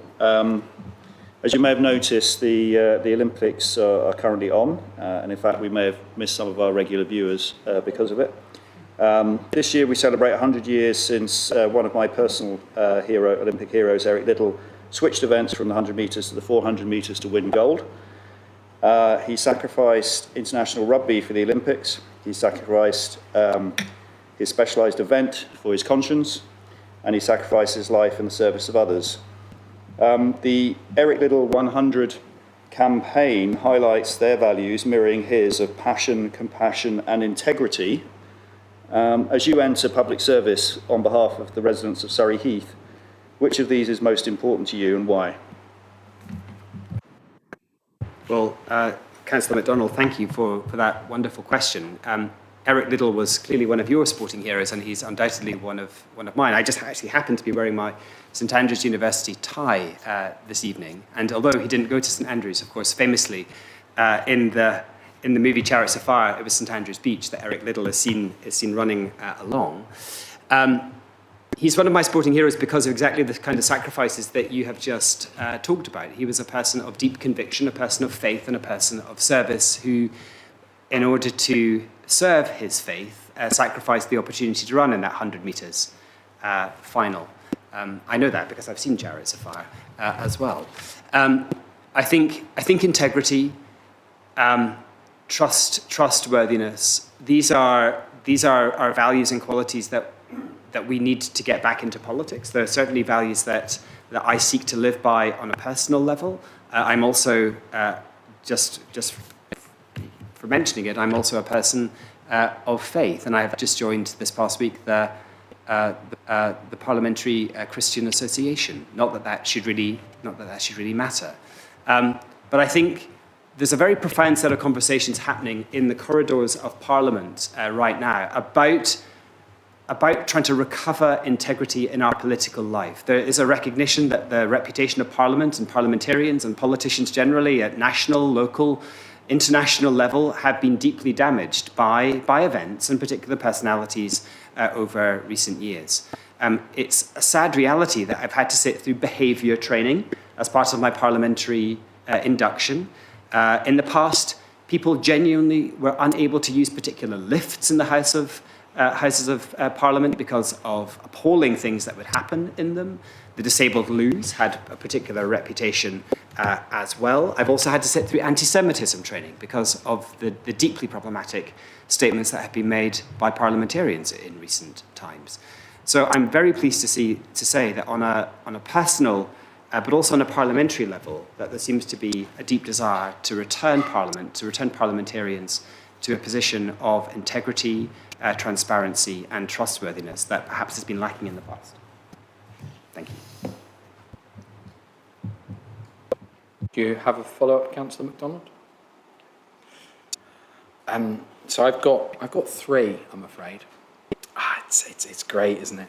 So the first one is from my son, Sam Lee, Sam Mansbridge Lee, who asked if you would be so kind as to visit his school and attempt to visit all other primary schools in the constituency. Hello, Sam. Yes, I would be delighted to. To Sam's head teacher, I'm really sorry we didn't let you know before we asked that question. Sorry. The second question, as I'm sure you know from the hustings, you answered questions from Sam, I think at both hustings, if I remember rightly, and he wanted to ask a slightly interesting one and put you on the spot again. So he said to me, Dad, can you ask Al, thinking about the Olympics, which discipline would he choose and enjoy the most and why?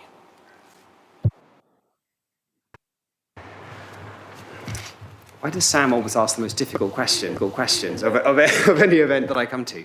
I mean, I haven't had much time to watch the Olympics in the past couple of days. I always enjoy the pole vault. I've never tried that. It looks dangerous and exciting. I did see some of the trap shooting yesterday, which also looked brilliant, and I've tried that before, although definitely not to the standard of the British gold medal winner, who I watched yesterday. I was once a fairly proficient diver.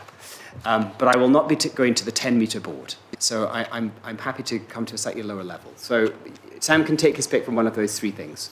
A very politician's answer. Perhaps you should invite Ed Davey to join you in that stunt. The final and probably most important question, it's a question that I ask every new starter in my team at work, is will you be coming back at the end of that first day? Will you be coming back to this committee? And could you give us an indication of when you'd like to come back to this committee? I think we've got an idea when we'd like you to come back, but when would you like to come back? I understand the pressures of timings. We're thinking at least within 12 months. Well, listen, I will leave it to the External Partnerships Committee to judge whether this has been a useful exercise. It certainly has been for me. I've learned a lot and it's been great to talk to you all. I would personally be delighted to come back.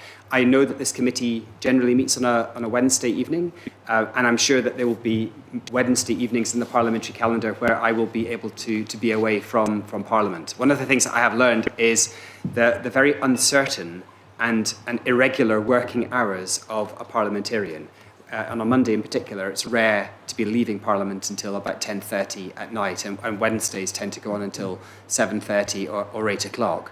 But if it fits within the parliamentary schedule, you can absolutely be assured that if and when the invitation comes, the answer will be yes in the affirmative. Dr. Al Pinkerton, on behalf of everyone, thank you so very much for your time this evening. Dr. Al Pinkerton, MP.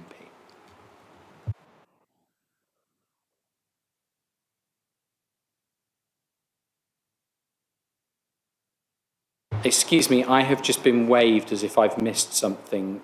Did I? Sorry. Mayor, the answer is yes. The floor is yours. My humblest of apologies. Please forgive me at the next full council. I shall be watching. Thank you. It's just a statement.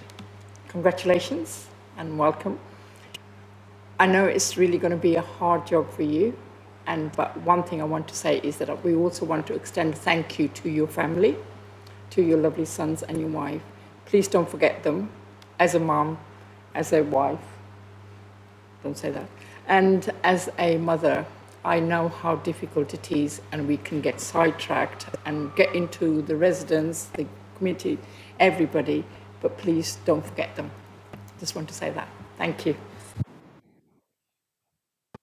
If anyone has met my wife and children, I can tell you, and you will know, it is very difficult to forget them.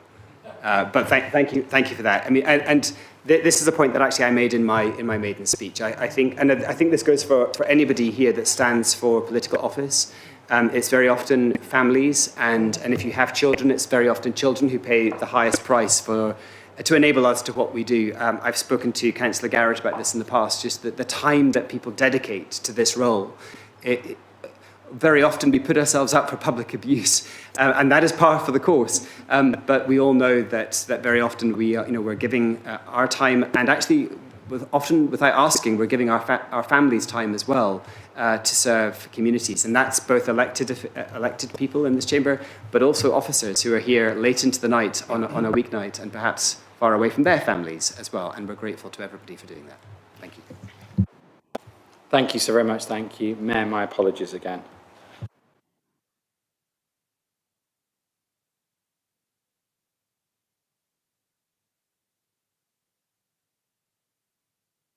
Can I perhaps propose a brief 5-minute comfort break for people, and then perhaps we can canter through the final 3 items. Is everyone comfortable with that? Thank you.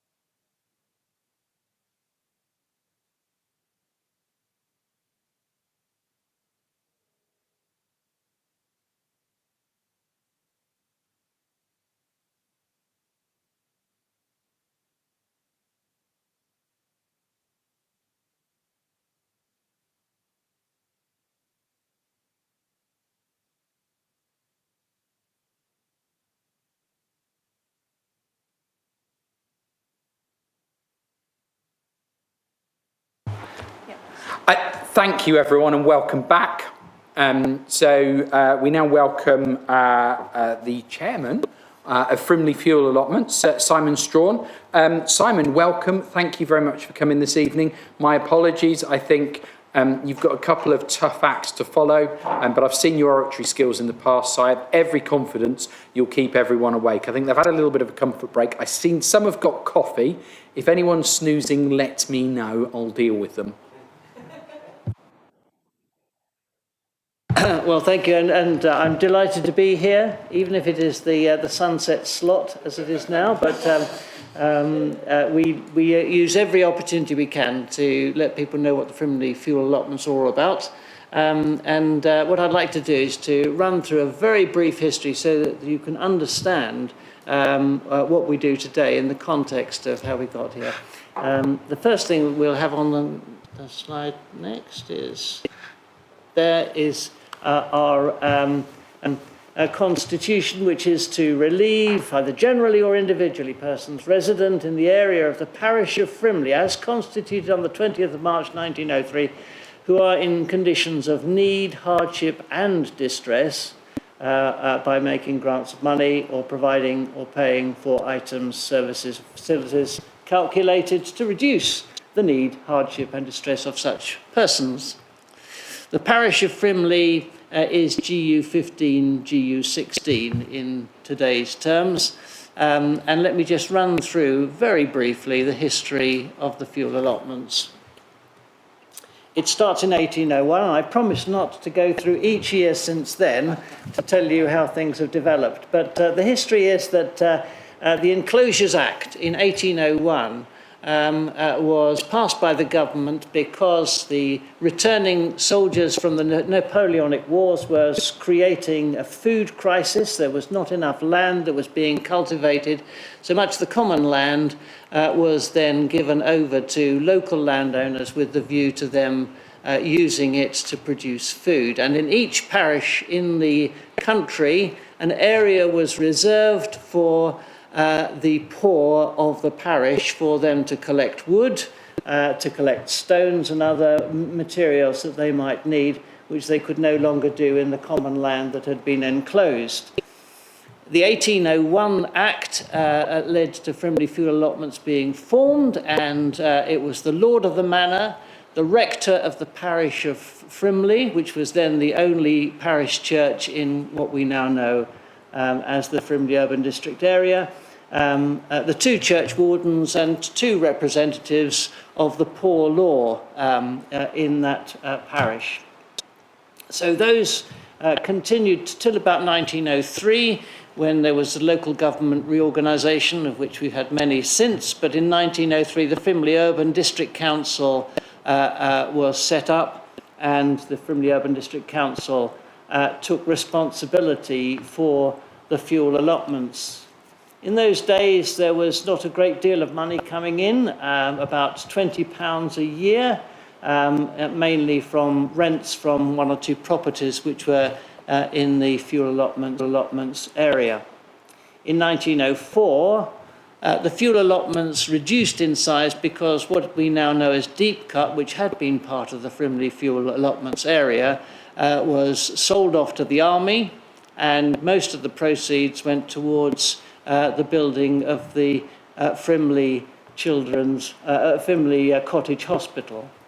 I'm rather sad, by the way, to know that none of this appeared in the maiden speech of our new MP, and I'm sorry that he's left without knowing the great history that there is that predates much of what we see today. Anyway, in 1973, the army lease was terminated on what is now currently the Frimley fuel allotments. And in 1974, as you will be aware, that the Urban District Council and the Rural District Council of Bagshot merged together, and the new Surrey Heath Borough Council became the trustees of the Frimley fuel allotments. There was some debate then about the possible conflict of interest, because the council was both the planning authority and a major landowner in terms of the fuel allotments. and it was then decided to spin off the fuel allotments into an independent body. And the new trustees were set up. There were to be 4 council representatives, 4 representatives from the Anglican churches which existed in 1903, so that's St Michael's and St Paul's in Camberley, St Peter's in Frimley, and St Andrew's in Frimley Green. So 4 clergy or nominated representatives, 4 councillors, and 8 independent people who had a demonstrated interest, either by residence or by work, in the Frimley fuel area, and these had to be people of good standing. I don't know if the councillors had to pass that mark, but I'm sure they did anyway in their own right. And so in 1992, the Pine Ridge Golf Course opened on a 125-year lease. This is the area that's covered. You won't see the detail, but you'll know to the north is Heatherside, to the east is Tomlinscote, and to the south is MOD land, and then to the west, looking towards Deep Cut along the Maltway. And that is the area. You'll see the 2 red areas which are separated. That's the leased area of the golf club.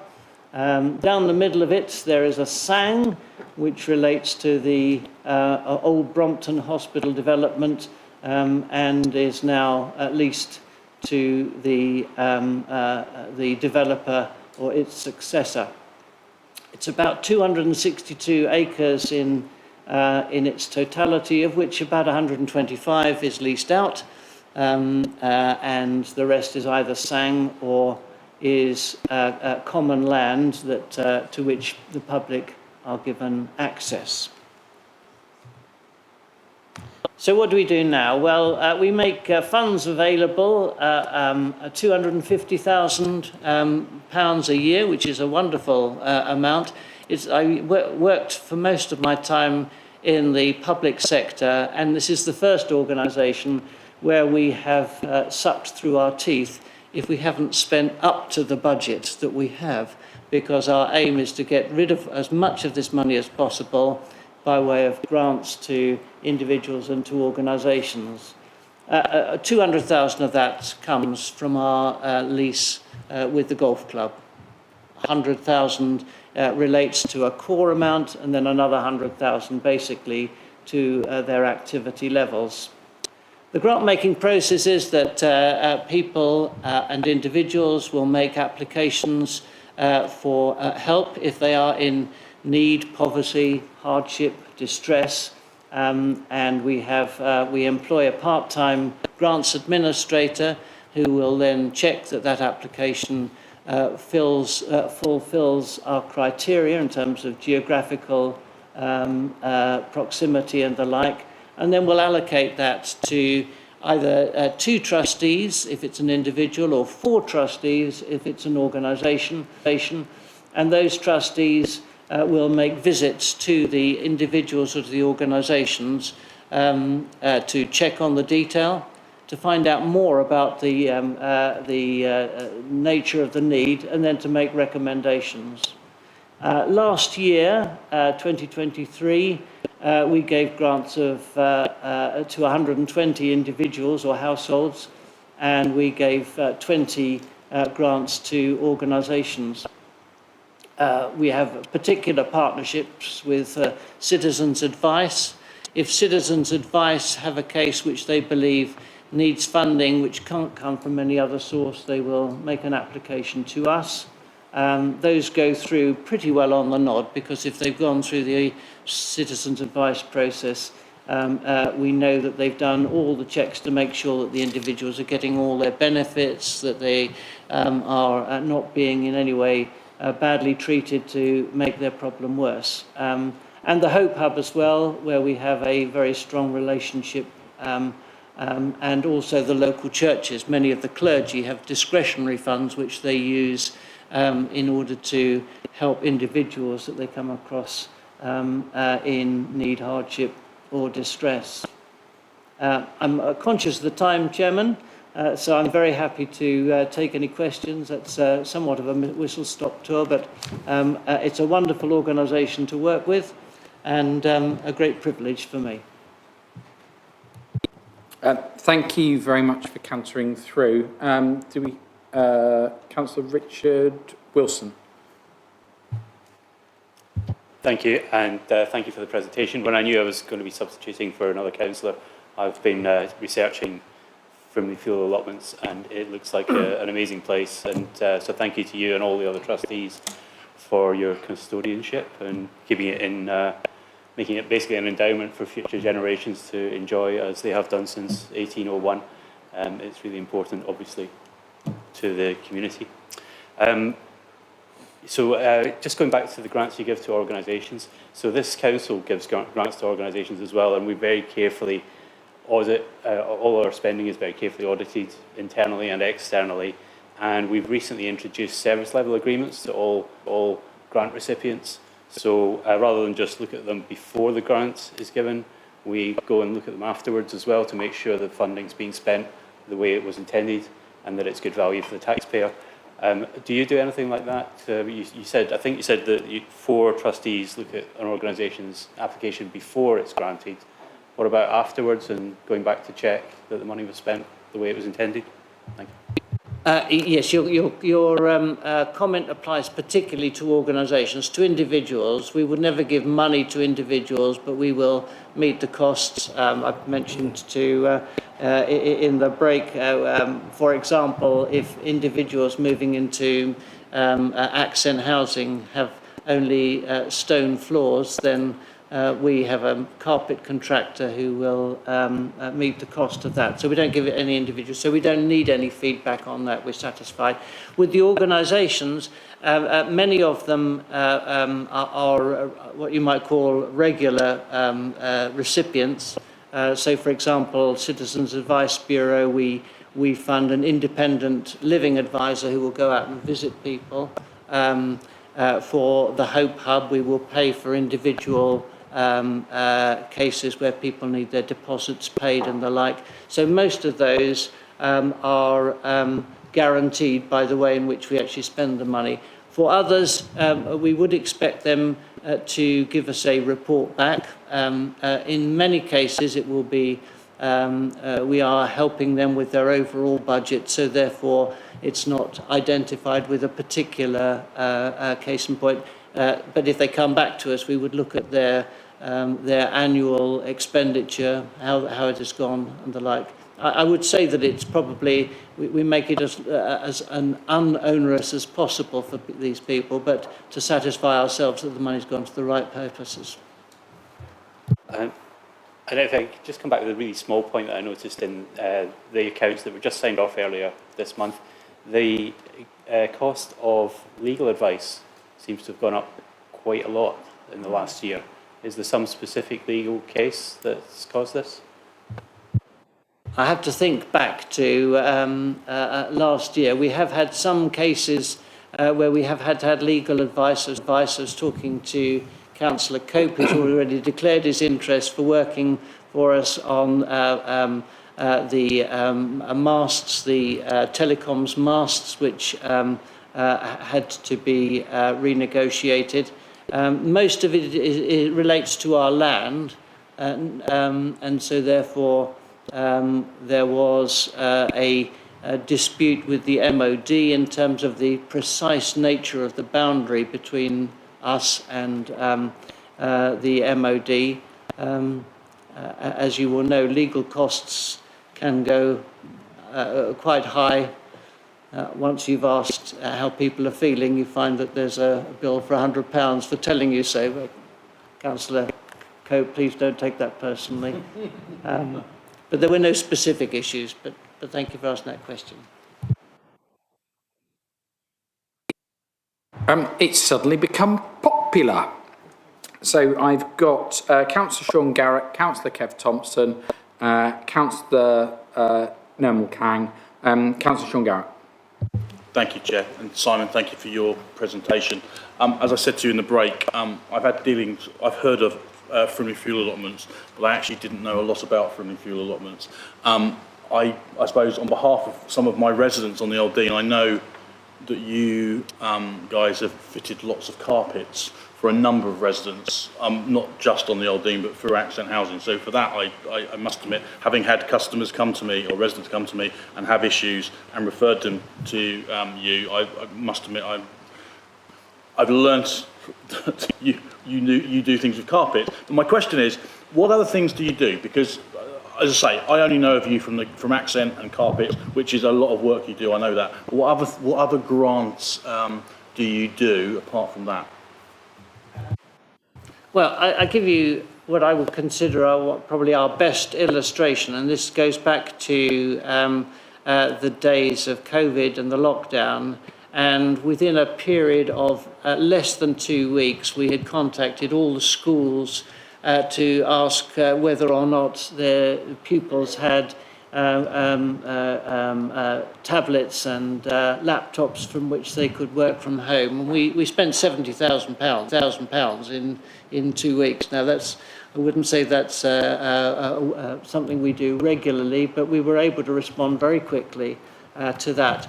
Other examples will be that we do quite a lot of debt management. Again, this is largely to do with citizens' advice, where an individual has got a financial problem. One of the criteria we use is that we will not simply push the can down the road, so that if CAB say that by clearing these arrears, we will be able to help the person to get back onto their feet, then we will help in that way. So there is debt. We're doing quite a lot of work with schools nowadays. School budgets are very tight, and we have funded a breakfast club at the Frimley Road. I can't remember the name of the school now, but anyway, a school where there's a large number of children who have financial issues, and the school was going to close its breakfast club. We funded that for an 18-month period, which helped them to get back onto their feet. I think those are enough examples. I can give you more if you like, but it's a great opportunity for us to help these people. Thank you. Councillor Thompson, in Top Gear, there's a corner called Gambon. I think we're going to have call it Doing a Thompson. Councillor Sean Garrett. Just to follow up, and it'll be very quick.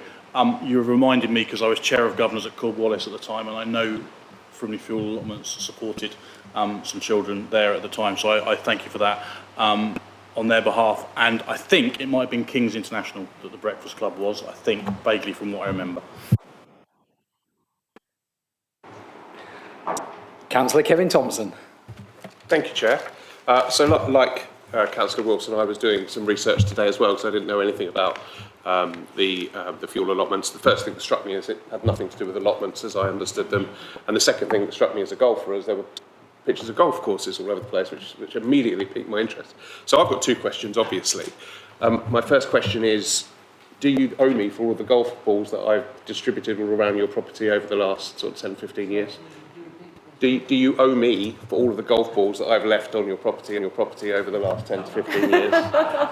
We could chat about that afterwards. But secondly, and it does relate to the golf course, whenever there's talk of a big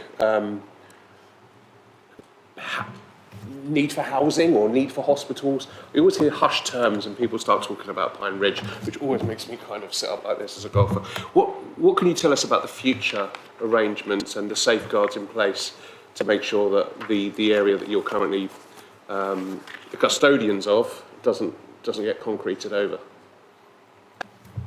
Thank you. Well, thank you for all your contributions. I have actually suggested to Crown that they should let the golfers know that by playing golf, that 8% of what they pay goes to charity. But I think they've got enough business without needing to commend themselves on that.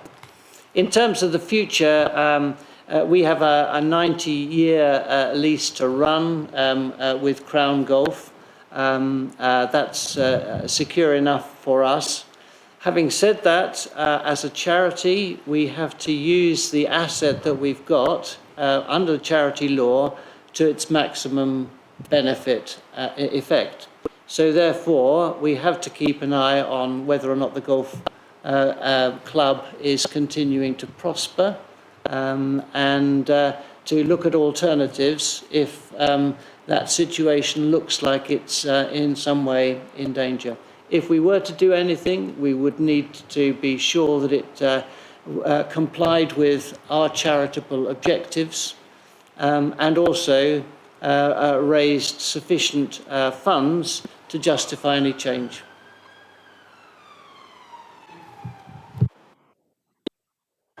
Are you going to do a Thompson? I asked two questions. That any more would be doing a. I won't say who. I've got Dr. Nirmal Kang. That's the second doctor in the room this evening. Councillor Dr. Is it Councillor Dr. Nirmal Kang? Doesn't matter. Thank you, Chair. It's only when I became councillor that I actually appreciated what fuel allotments were. I never associated it to be a charity. Now, just a question: how do you spread your word? I know you said about going to the schools, Citizen Advice Bureau, but do you do any other activities to let the residents of GU 15, GU 16 know that you're there to help them? Well, it's a very good question, and I think most people who deal with people in need say their greatest problem is finding those in real need who don't present themselves to any body who can help them. One of our clear ways is word of mouth, because if people live in an area and discover that something has happened that has been helped by the fuel allotments, then that's a natural way. We do use the other ways. We have a Facebook page, we have a website and the like. Those tend not to be the cases where people would look at it and think that they may be helped. We are about to mount a campaign which will advertise what we're doing in doctors' surgeries and in local schools and the like. With the work that we do with the clergy, we ask for anonymised cases as to how the money has been used in their discretionary grants. That will help us to identify the sorts of cases that they're coming across, of which there may be more. And in terms of organisations, word of mouth does spread very quickly, and the schools, for example, have been more active in asking for help, which is a difficult one, of course, because schools should not need charity, but we have to be realistic about this, and if we can give help, then we do that. Thank you. Do you have a follow-up? Just a follow-up question. So grants won't be awarded. I mean, we would talk about SEN sort of children. So there wouldn't be any grants for educational needs? Not for specific pupils, no. I mean, one of the things that we have to do is to give one-off grants for specific projects, because if we were to make an ongoing commitment, then that would quickly drain the resources that we've got available to us. Thank you. Thank you. I've got Councillor David Whitcroft. Anybody else after Councillor David Whitcroft? No? Councillor Whitcroft. Thank you. This will be very brief, because the point I was going to make has already been covered. I used to be the council's representative, or one of the council's representatives many years ago on the fuel allotments, and have happy memories of tramping around the streets delivering Christmas parcels. I don't know whether you still do that, but that used to be a particularly rewarding part of being involved with the fuel allotment. And I think I'm right in saying somebody raised the question about allotments. I think that goes back into history, where I believe the what might have been described at the time as the local peasantry had a right to collect fallen wood from the trees in order to warm their hovels in the winter. Thank you. Yes, I'm afraid Christmas is cancelled as far as the friendly fuel allotments, but that's largely because organisations like the BESOM do that, and we do support the BESOM with grants to do that. It used to be the case that we would also give a Christmas allowance for heating, given that the fuel allotments has a history that way. We've now ceased to do that because people are seeking grants at different times in the year for that purpose, and we just deal with those as a routine request. But can I say, if councillors do want to come involved, twice a year we have a litter pick. And we keep our area as neat and tidy as we can. We tend to ask each 6 months any organisation that has received a grant from us to send people along. We had so many people last time that next time we're going to organise a litter distribution the week before to make it worthwhile for the 70 or so people who came and helped to clear the allotments. And we have, just on the other issue of the word allotment, it goes back to the fact that it was an allotted area separated from the enclosures that took place around. And we have had some consideration about changing its name. Our sister organisation in Hampton, the Hampton Fuel Allotments, which no longer exist as allotments because they sold their land for development, but they are called the Hampton Fund, and we may make the change as well. But it won't be just Frimley if it is changed, because it covers a wider area. Very briefly, I should have paid tribute actually to the volunteers and who act as trustees, who do superb work in running the charity, and it's to your great credit that you attract the numbers of people that you do. Thank you.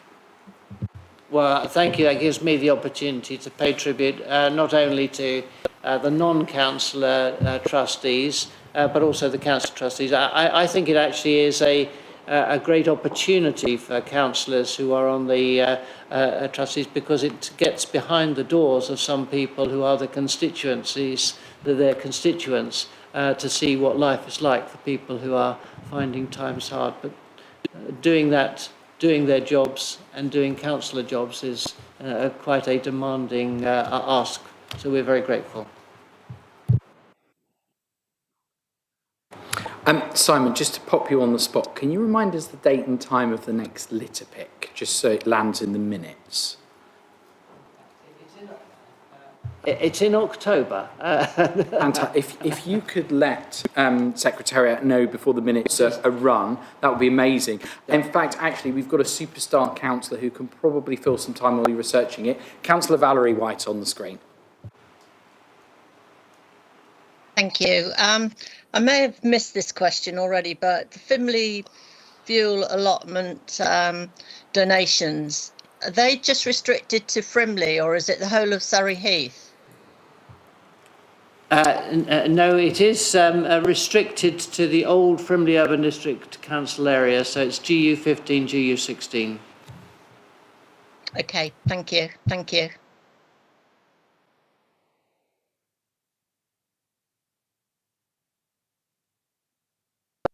And I will check on the dates while the next presentation is made. My colleague to my right has pulled up the page already for you, Simon. Nick, could you confirm the details? Indeed, according to your website, so I take no credit if it's correct or not. Saturday the 19th of October at 10 a.m. at the far end of Pine Ridge Car Park. Highly encourage all committee members, if you've got some time that morning, to pop along the day before and distribute the litter, ready to pick it up on that day at that time. I think I've caught everyone's eye Mayor, have I missed you this time? Save me. Shall I try? I just want to say one thing. If you want the mayor to attend, please feel free to send the invitation to my office. Thank you, I will do that. As ward colleague of the mayor's husband, it looks like I'll definitely be there no matter what. Do we have any other questions for Simon this evening? Simon, I'd like to say a huge thank you to you for coming along this evening. It's one of those things that we wanted to try something slightly different and look at organisations that do good in the community and are allowed to shine a spotlight on them. I've reached out to a number of others as well, and we're hoping for Boom Credit Union to come along at a meeting in the not too distant future, which is another organisation that focuses on a similar remit to yourself, because I think it's really important reaching out to that group, and we do that by making sure that those people in positions of responsibility can signpost people. So thank you very, very much this evening. Thank you. Thank you for inviting me. You're very welcome to stay for the next item. If you have a hostelry or somewhere to escape to, we completely understand. I'd like to now introduce Jonathan Sly, who's with NHS Frimley Integrated Care Board, for an update. Jonathan, it's been a pretty busy evening. I appreciate you waiting. Thank you so very much. Thank you. You're very welcome. Thank you for inviting me. If Simon felt like the sunset slot, I feel like the late show. So I will try and be very brief. It's the wrong time of night to be dealing with NHS acronyms, so we'll try and muddle through as quickly as possible. So let me just pop this on slideshow. So thank you. Yes, I'm Jonathan Sy, Associate Director of Places and Communities, now looking after the North East Hampshire, Surrey Heath and Farnham area with NHS Frimley ICB. In old currency, that was the Clinical Commissioning Group, and we used to have an office just over the way there, so very familiar with Surrey Heath. I myself am a Surrey Heath resident, and I've been working in Surrey Heath over 10 years now, so I'm well versed in the issues related to the patch of Surrey Heath. Just as a bit of a recap, because it is a really complex and confusing system, this is the Frimley Health and Care Integrated Care System, which spans right the way from North East Hampshire and Farnham, right the way through to Slough in Berkshire, and is centred around the Frimley Health Foundation Trust, which is Frimley Park Hospital and Wexham Park Hospital in Slough. This very busy slide, but you'll see that there's a lot of organisations involved there. We've got borough councils, county councils. The hexagon just on the top left there is the one, the organisation that I'm from, which is NHS Frimley ICB. Effectively, we're the organisation that the money flows through from central NHS to commission and support services locally. Can you all see that, or are you struggling? Yeah. So just a reminder that you are a key partner in that. Sorry, Rob.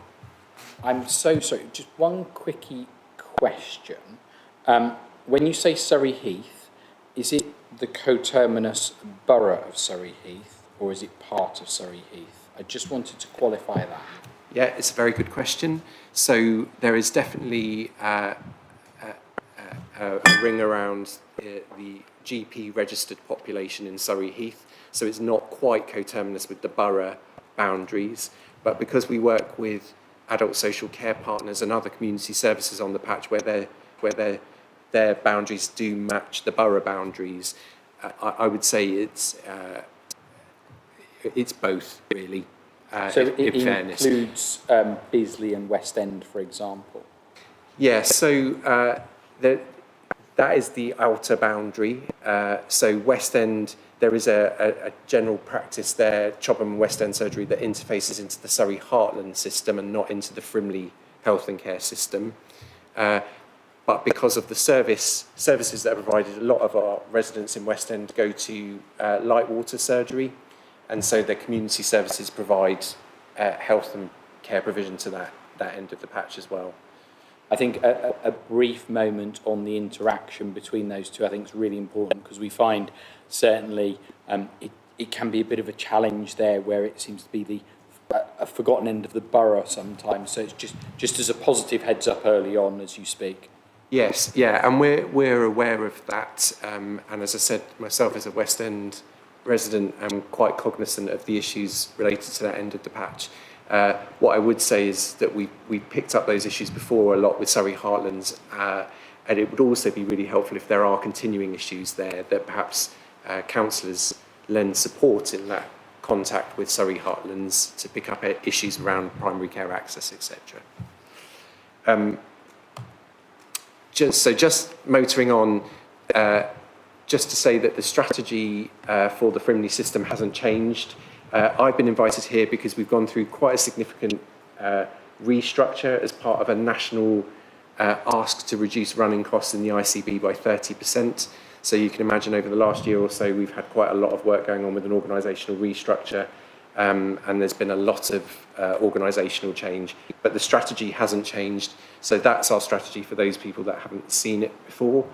But what I was just going to briefly update you about today is just to say we're now in the last stages of that organisational change process. We're in a transition phase with some directorates having gone live and starting. I'm part of what's called the Places and Communities Directorate. The good news for you is that that's basically the conduit really into anything related to health services. So if we're not the experts in all fields, so I've noticed the issues earlier about CAMS, there'll be issues about primary care access, we've got mental health portfolios, but we're happy to be that key link with you. We're big on relationships and partnerships at Place, so we're the people to come to if you need to find things out or need to connect to any other parts of the system. I've just put my key contacts up there of my team, but also just to say that my boss, the Director of Places and Communities for the whole system, is Nicola Airy, who used to be the Chief Executive of Surrey Heath CCG. So you're quite fortunate that you've got two people in the patch that really understand Surrey Heath and relationships at Place being very important to us. I won't dwell too long on these slides, but this is just really some headlines about what our purpose is as a Places and Communities Directorate. Again, we're really big on what assets we have locally in our services, third and voluntary sector, out-of-hospital services that support the health and well-being of our population. We're really about trying to shift that management of illness to prevention and prevention approaches. And overarching, the aim of the whole ICB is to try and contribute to healthy life expectancy, so not just people living longer, but living good quality lives for longer, and reducing health inequalities and unwanted variation across our system. Now, as you can imagine, with quite diverse demographics from Slough through to North East Hampshire and Farnham, there's some real challenge there, but we will be focused locally in my team on the place of Surrey Heath and how we even up those areas of inequalities. So we know, for example, that we have areas of deprivation and population health issues that we need to focus on in some areas within this borough. So this is just about how we'll work together. I was asked to just highlight the opportunities of the way we can work together. As I said, we're very big on relationships and community partnerships, so really hoping to work with you in the future. Key areas we can work on together would be about really hearing residents' voices through you to us. That's really helpful, and particularly where we're looking to engage with populations. It's always tricky in the NHS when we have engagement events. We tend to attract certain types of individuals to those events that have particular issues that they want to bring. We don't always hear from the diverse population, so any kind of engagement work would be really helpful. We do have a place board in Surrey Heath that Nick attends, and some other members of the borough team. We have got a place board strategy, which I've attached a draft of. It's very much in draft at the minute, and we're working through it. But that's an opportunity to really make sure that as a partnership, we're focused on the things that are important to our residents and the issues that are related to health and well-being in this patch. We do also have a local joint commissioning group, which is about how we use a pot of money called the Better Care Fund, which has specific objectives around supporting individuals, keeping them independent, maximising independence in community, helping get people out of hospital, and prevention. There's a few things that we've funded through that pot that are of benefit locally. So we have a health integration development officer that Sally line manages, called Roshni. He's doing great work for us in the population health space, so working with communities and working directly with individuals on the ground. We're looking at, through the housing team, a home improvement agency trusted assessor, so somebody that works with our disabled facilities grants in supporting people, adaptations to people's homes, etc., and social prescribing. So there's plenty of opportunities for things that can be hosted locally in partnership to improve outcomes.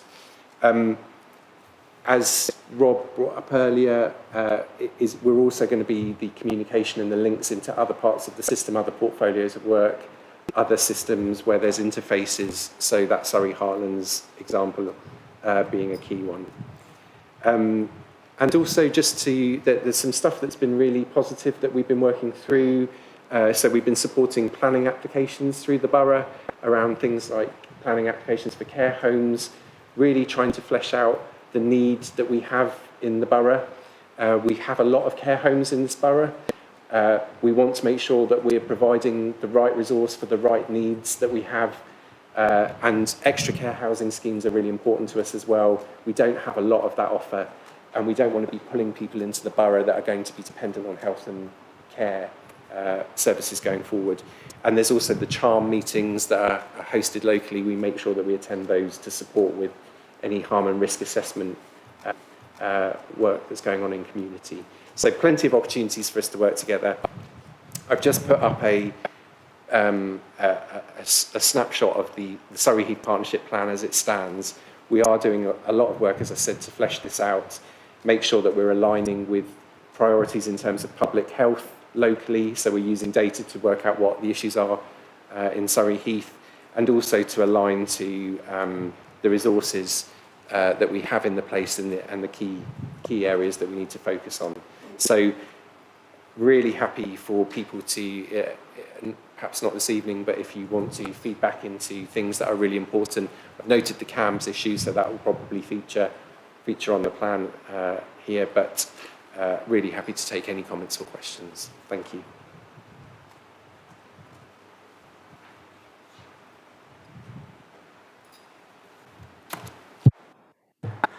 Jonathan, thank you on the midnight hour, as it were. Everyone's still awake, so it was clearly a very good presentation. I saw a number of people sort of craning their necks towards the screen, so they were clearly interesting slides. Would it be okay to circulate them to members and perhaps also attach them to the minutes? Because they clearly caught people's eye, which is very good. Yeah, absolutely. And just if you do want any more information about the priorities or structures, because it is quite complex, there's a lot of information on the Frimley Health and Care website and the Frimley ICB website. So please also do have a look at those if that's helpful.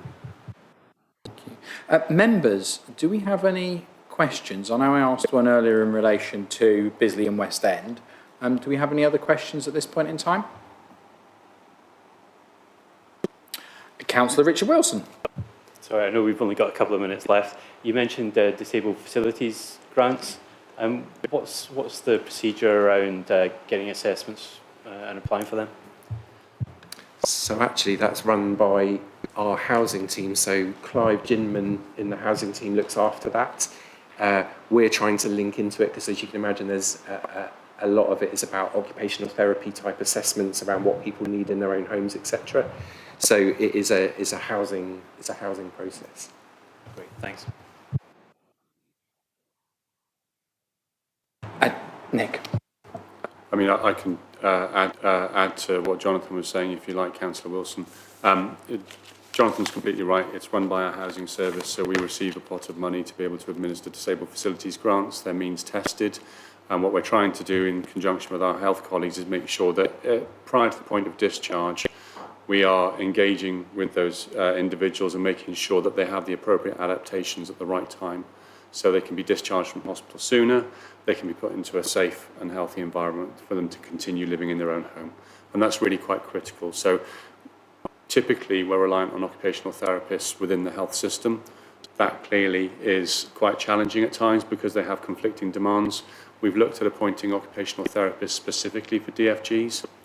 And that's been a real challenge because there was a shortage in the market. So what we've done in conjunction with Jonathan and Jonathan's agreement is we're going down a trusted assessor route.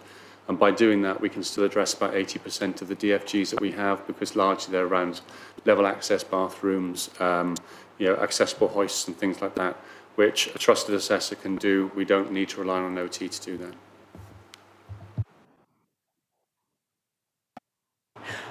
I've got two Seans. Councillor Sean Garrett. Thank you, Nick, because you've just sort of semi-answered one of the questions that I was going to say. So I'm going to quickly change it on its head and come up with another one in true Chamber style. Because I know from experience, one of the biggest issues we have with disability grant funding is not the money. That's one of the things we have the least issue with, is actually the OT and getting them assessed. I know we had an issue during COVID, which I'm hoping is not still the case. So I was going to ask a question about OT, but you've obviously... So I will ask another one. I know it's an ongoing thing, which I'm sure many of us on the doorstep have had issues with during the lead up to the election, which is GPs and trying to get appointments. I'm actually on the... so I go to Upper Gordon Road, and I'm on the patient... I can't remember what you call it, the board where they have regular meetings, and I was interested to go along to that and see how things work. And I know there's the whole online thing which actually works for a lot of people and actually can speed things up, but there still is this argument that it still takes a long time to see a GP, and those that may not have, that aren't silver servers, say for instance, that are older, that may not have the technology. How, is there a gap, is there an issue which you need to fill in some way? Yeah, thank you. I'd anticipated this question because a bit like the CAMS issue and the SEN issue, it is a national problem with primary care access. The good news is that comparatively we perform quite well in the patch of Surrey Heath. It's not ideal, it's not where we need it to be, but it's a lot better than other places. So I do have some numbers. So over 96% of GP appointments in Surrey Heath are booked within 14 days. That compares quite well nationally. 53% of them are face-to-face, also quite good. And overall, the public rate experience with general practice in Surrey Heath at 80%, which is above the national average of 74%. So there's definitely work to do. It is a national problem. A lot of it is about the public's understanding of new services that are also available to support primary care access. Some of you will be aware of new roles that we have in primary care, physiotherapists, etc., pharmacists that are perhaps sometimes the better person for people to be speaking to. So we're doing a lot to address it, but it's a national concern. Thank you. It's interesting watching the juices flow as people digest presentations and you see that flurry of questions. Councillor Sean MacDonald. Thank you, Chair. Two things. First of all, we'd be very open to discussing with you how the infrastructure within our borough could be reorganised and optimised. As you know, we have a regeneration agenda within the town centre in particular, and that could potentially benefit some of the adjacent GP practices. So that's kind of one offer. The second thing is that, and it's been highlighted already, we do, I think, have some issues on the boundary with Heartlands. And one of the ways that we were going to address that was putting a councillor onto the board that oversees that, but unfortunately that board has now been merged into Health and Wellbeing Board. And we've lost that avenue to get democratic insight and leverage. Hypothetically, let's say as elected members we had issues with Frimley's integrated care board. How do we influence that? What's the governance structure above you? Because I guess that's also the way that we should then influence Heartlands going forward. Yeah, thank you. So the board locally is the place board, the place committee that Nick attends. Please feel free to raise issues via Nick to that board. We also are going to be setting up a places and communities board, but There is also a representative, and I believe they're from Rushmore Borough Council, that represents borough councils in the Integrated Care Partnership. I think it's Karen Edwards in Rushmore. So there is a mechanism within the partnership arrangements for you to flag issues and concerns. But I would always advocate for, and the reason we've kept the structure we've got is that we believe really firmly in local relationships, trying to iron that out before it needs to get to that level. So please do feel free to contact me if there are particular concerns or issues, and we can either signpost you to there are various other boards, and we can signpost you to the right place. Thank you. I think the issue is on your patch and adjacent on Chobham's as well in terms of the GP service. That's certainly what I've experienced on the doors. Yeah. Yeah, thank you. And just to say with the Heartlands issue as well, they're also going through the national ask to restructure and reduce their running costs by 30%. So they're also going through significant organisation change, but we will make the right links with the right teams in Surrey Heartlands to continue that issue about access, and particularly on the border with Chobham and West End. Cool. Thank you. Do we have any more questions for Jonathan this evening? No. Jonathan, thank you so very much. Thank you for picking up the midnight shift and keeping everyone alert and awake. It was clearly interesting and engaging and led to a flurry of questions. At 1 minute, I thought there were going to be no questions, and then the hands flip up. So thank you very much for your time. Thank you. Okay, we move into the final item of the agenda, which is the work programme going forward. So for the 10th of September, we've got Surrey County Council Highways on there. This is a plea to the new chief exec. I believe the gentleman's name is, let me just double check it here. Is it? Well, I've got our new chief exec on their website. I googled it. It said Terence Herbert. So I think there are so many changes at Surrey County Council at the moment, nobody knows. I feel like I'm presenting QI rather than chairing a select committee at the council. I've had a quick look to try and find out who the current director looking after roads is. They seem to have more interims than permanents at the moment, so goodness knows only where the money's going. The latest interim appears to be someone called Owen Jenkins, who appears to have previously come from Oxfordshire County Council. Owen, this is an open request from myself as the chair of committee to come forward and come before us in September. If you don't attend, the item will now go ahead without you. So just to make that clear, if you don't attend, the item will go ahead without you. We've been trying for over a year now for someone to come forward. So we will take that item forward. In terms of presentation of evidence, perhaps we want to look out to residents to talk to us about potholes and their experiences. I think that's probably a way to go, is maybe put a press release out asking residents to come forward with evidence and information of their concerns, and we can then put that back to the chief exec if no one turns up. That's assuming the chief exec's still in post. Sorry for that one, slightly grumps. Do we have anything else that we would like to come forward to the 10th of September committee? Members of the public here who've spoken on items, there's nothing to stop you recommending things. Councillor David Whitcroft. Thank you. And I'm not a member of the committee, as you know, I'm a substitute. But there is an organisation called Parity, which some members will be familiar with. It's a charity which offers services to people with learning difficulties. It's unusual insofar as it doesn't throw people out. So in other words, when a young person becomes 18, they don't get cast out. They continue Parity to provide them with incredibly important supportive services.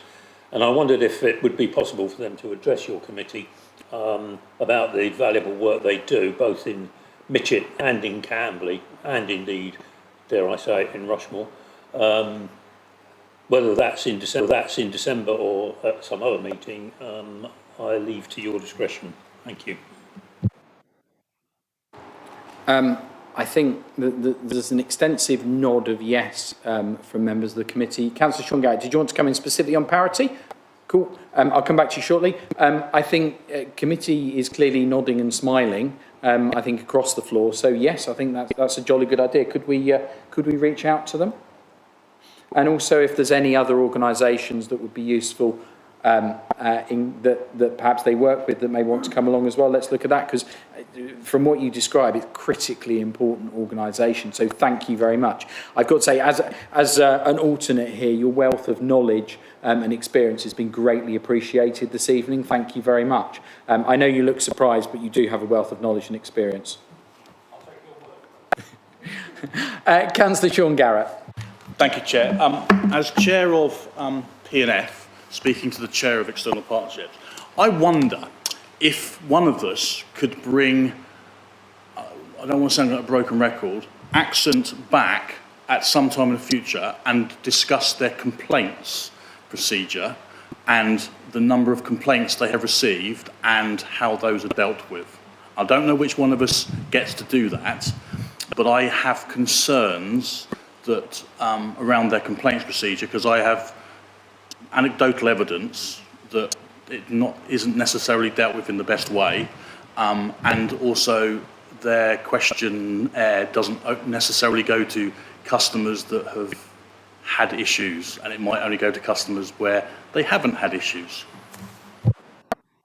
Councillor Garrett, it would be a pleasure for them to come here. I know they have a reasonably regular spot. We've gone from keeping the chair warm for them at every occasion to intermittently, so perhaps not the next one, maybe 12th of March.